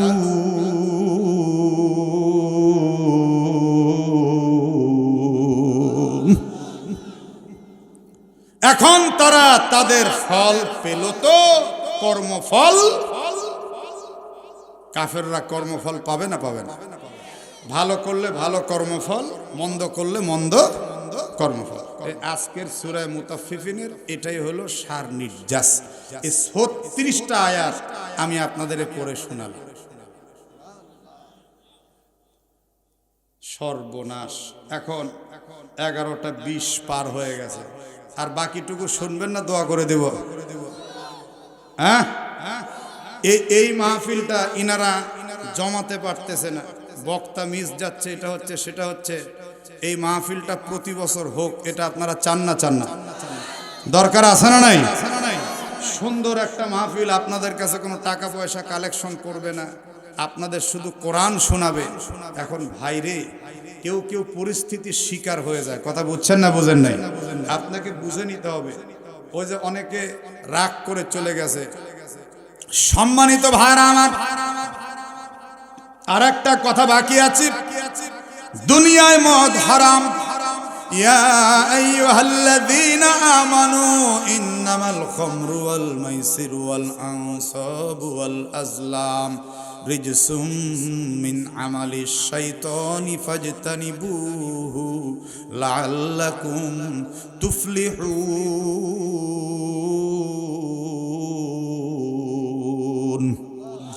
আল্লাহ তাআলা এই আয়াত দিয়ে মদকে হারাম করলেন, নেশা জুয়াকে হারাম করলেন, কিন্তু জান্নাতের মধ্যে হালাল। কারণটা কি?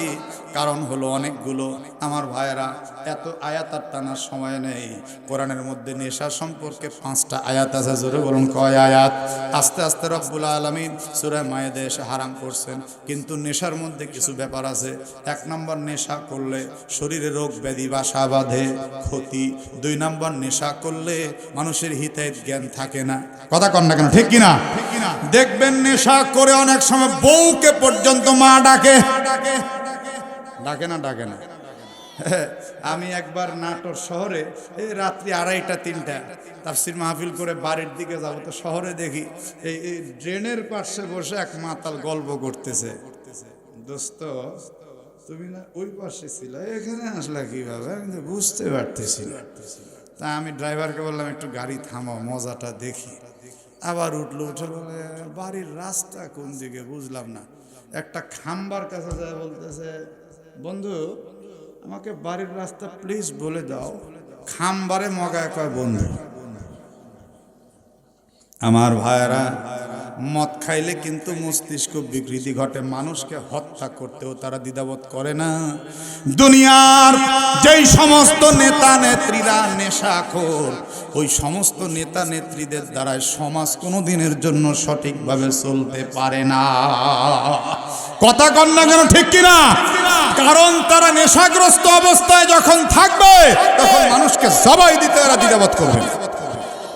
যা 5ই আগস্টে বাংলাদেশে হয়ে গেছে, মায়ের কোল খালি করতে এদের কোনো রকম একটু সংকোচ হয়।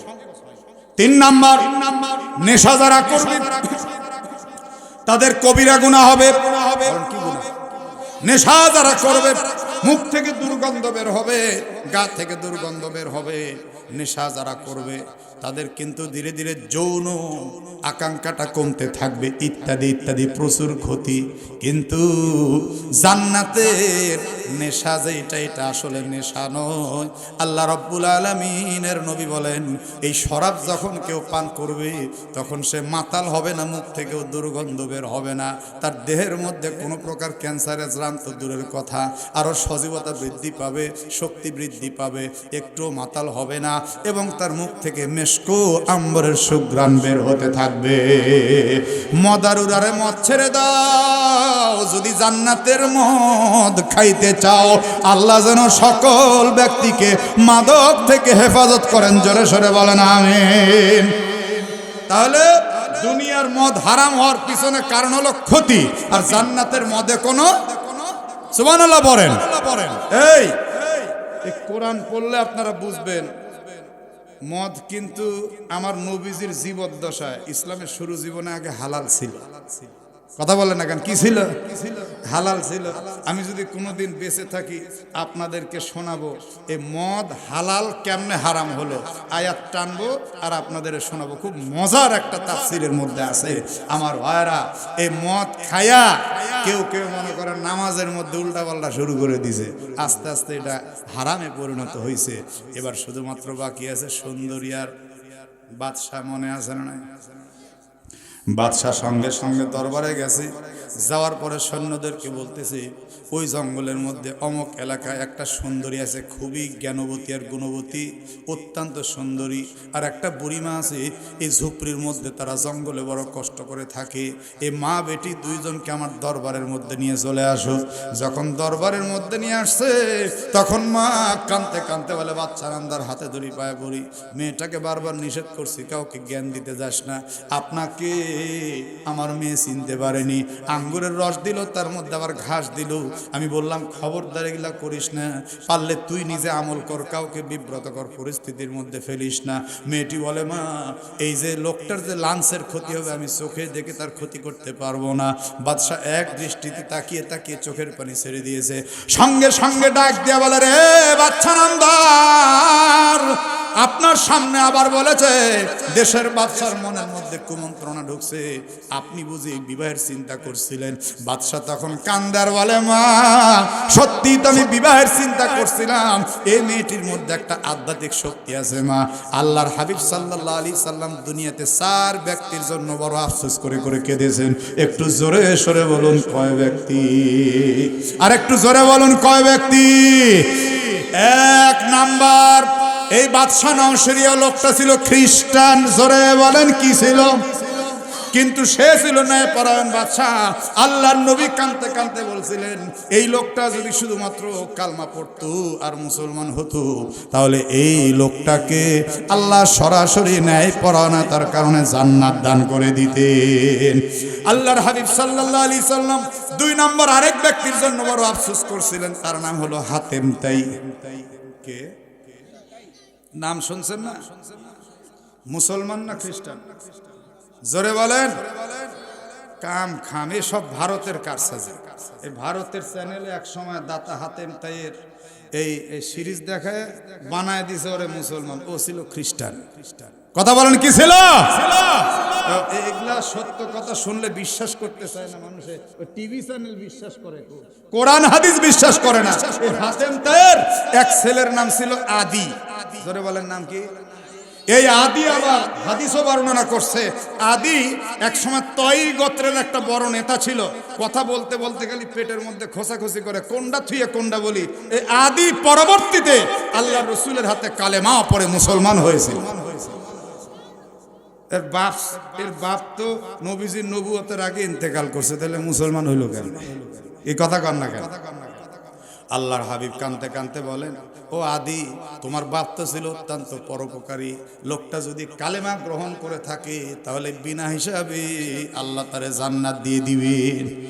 আল্লাহর নবী 3 নম্বর আরেকজন ব্যক্তির জন্য বড় আফসোস করেছিলেন, এমন কি চোখের পানি ছেড়ে ছেড়ে বারবার কেঁদেছিলেন।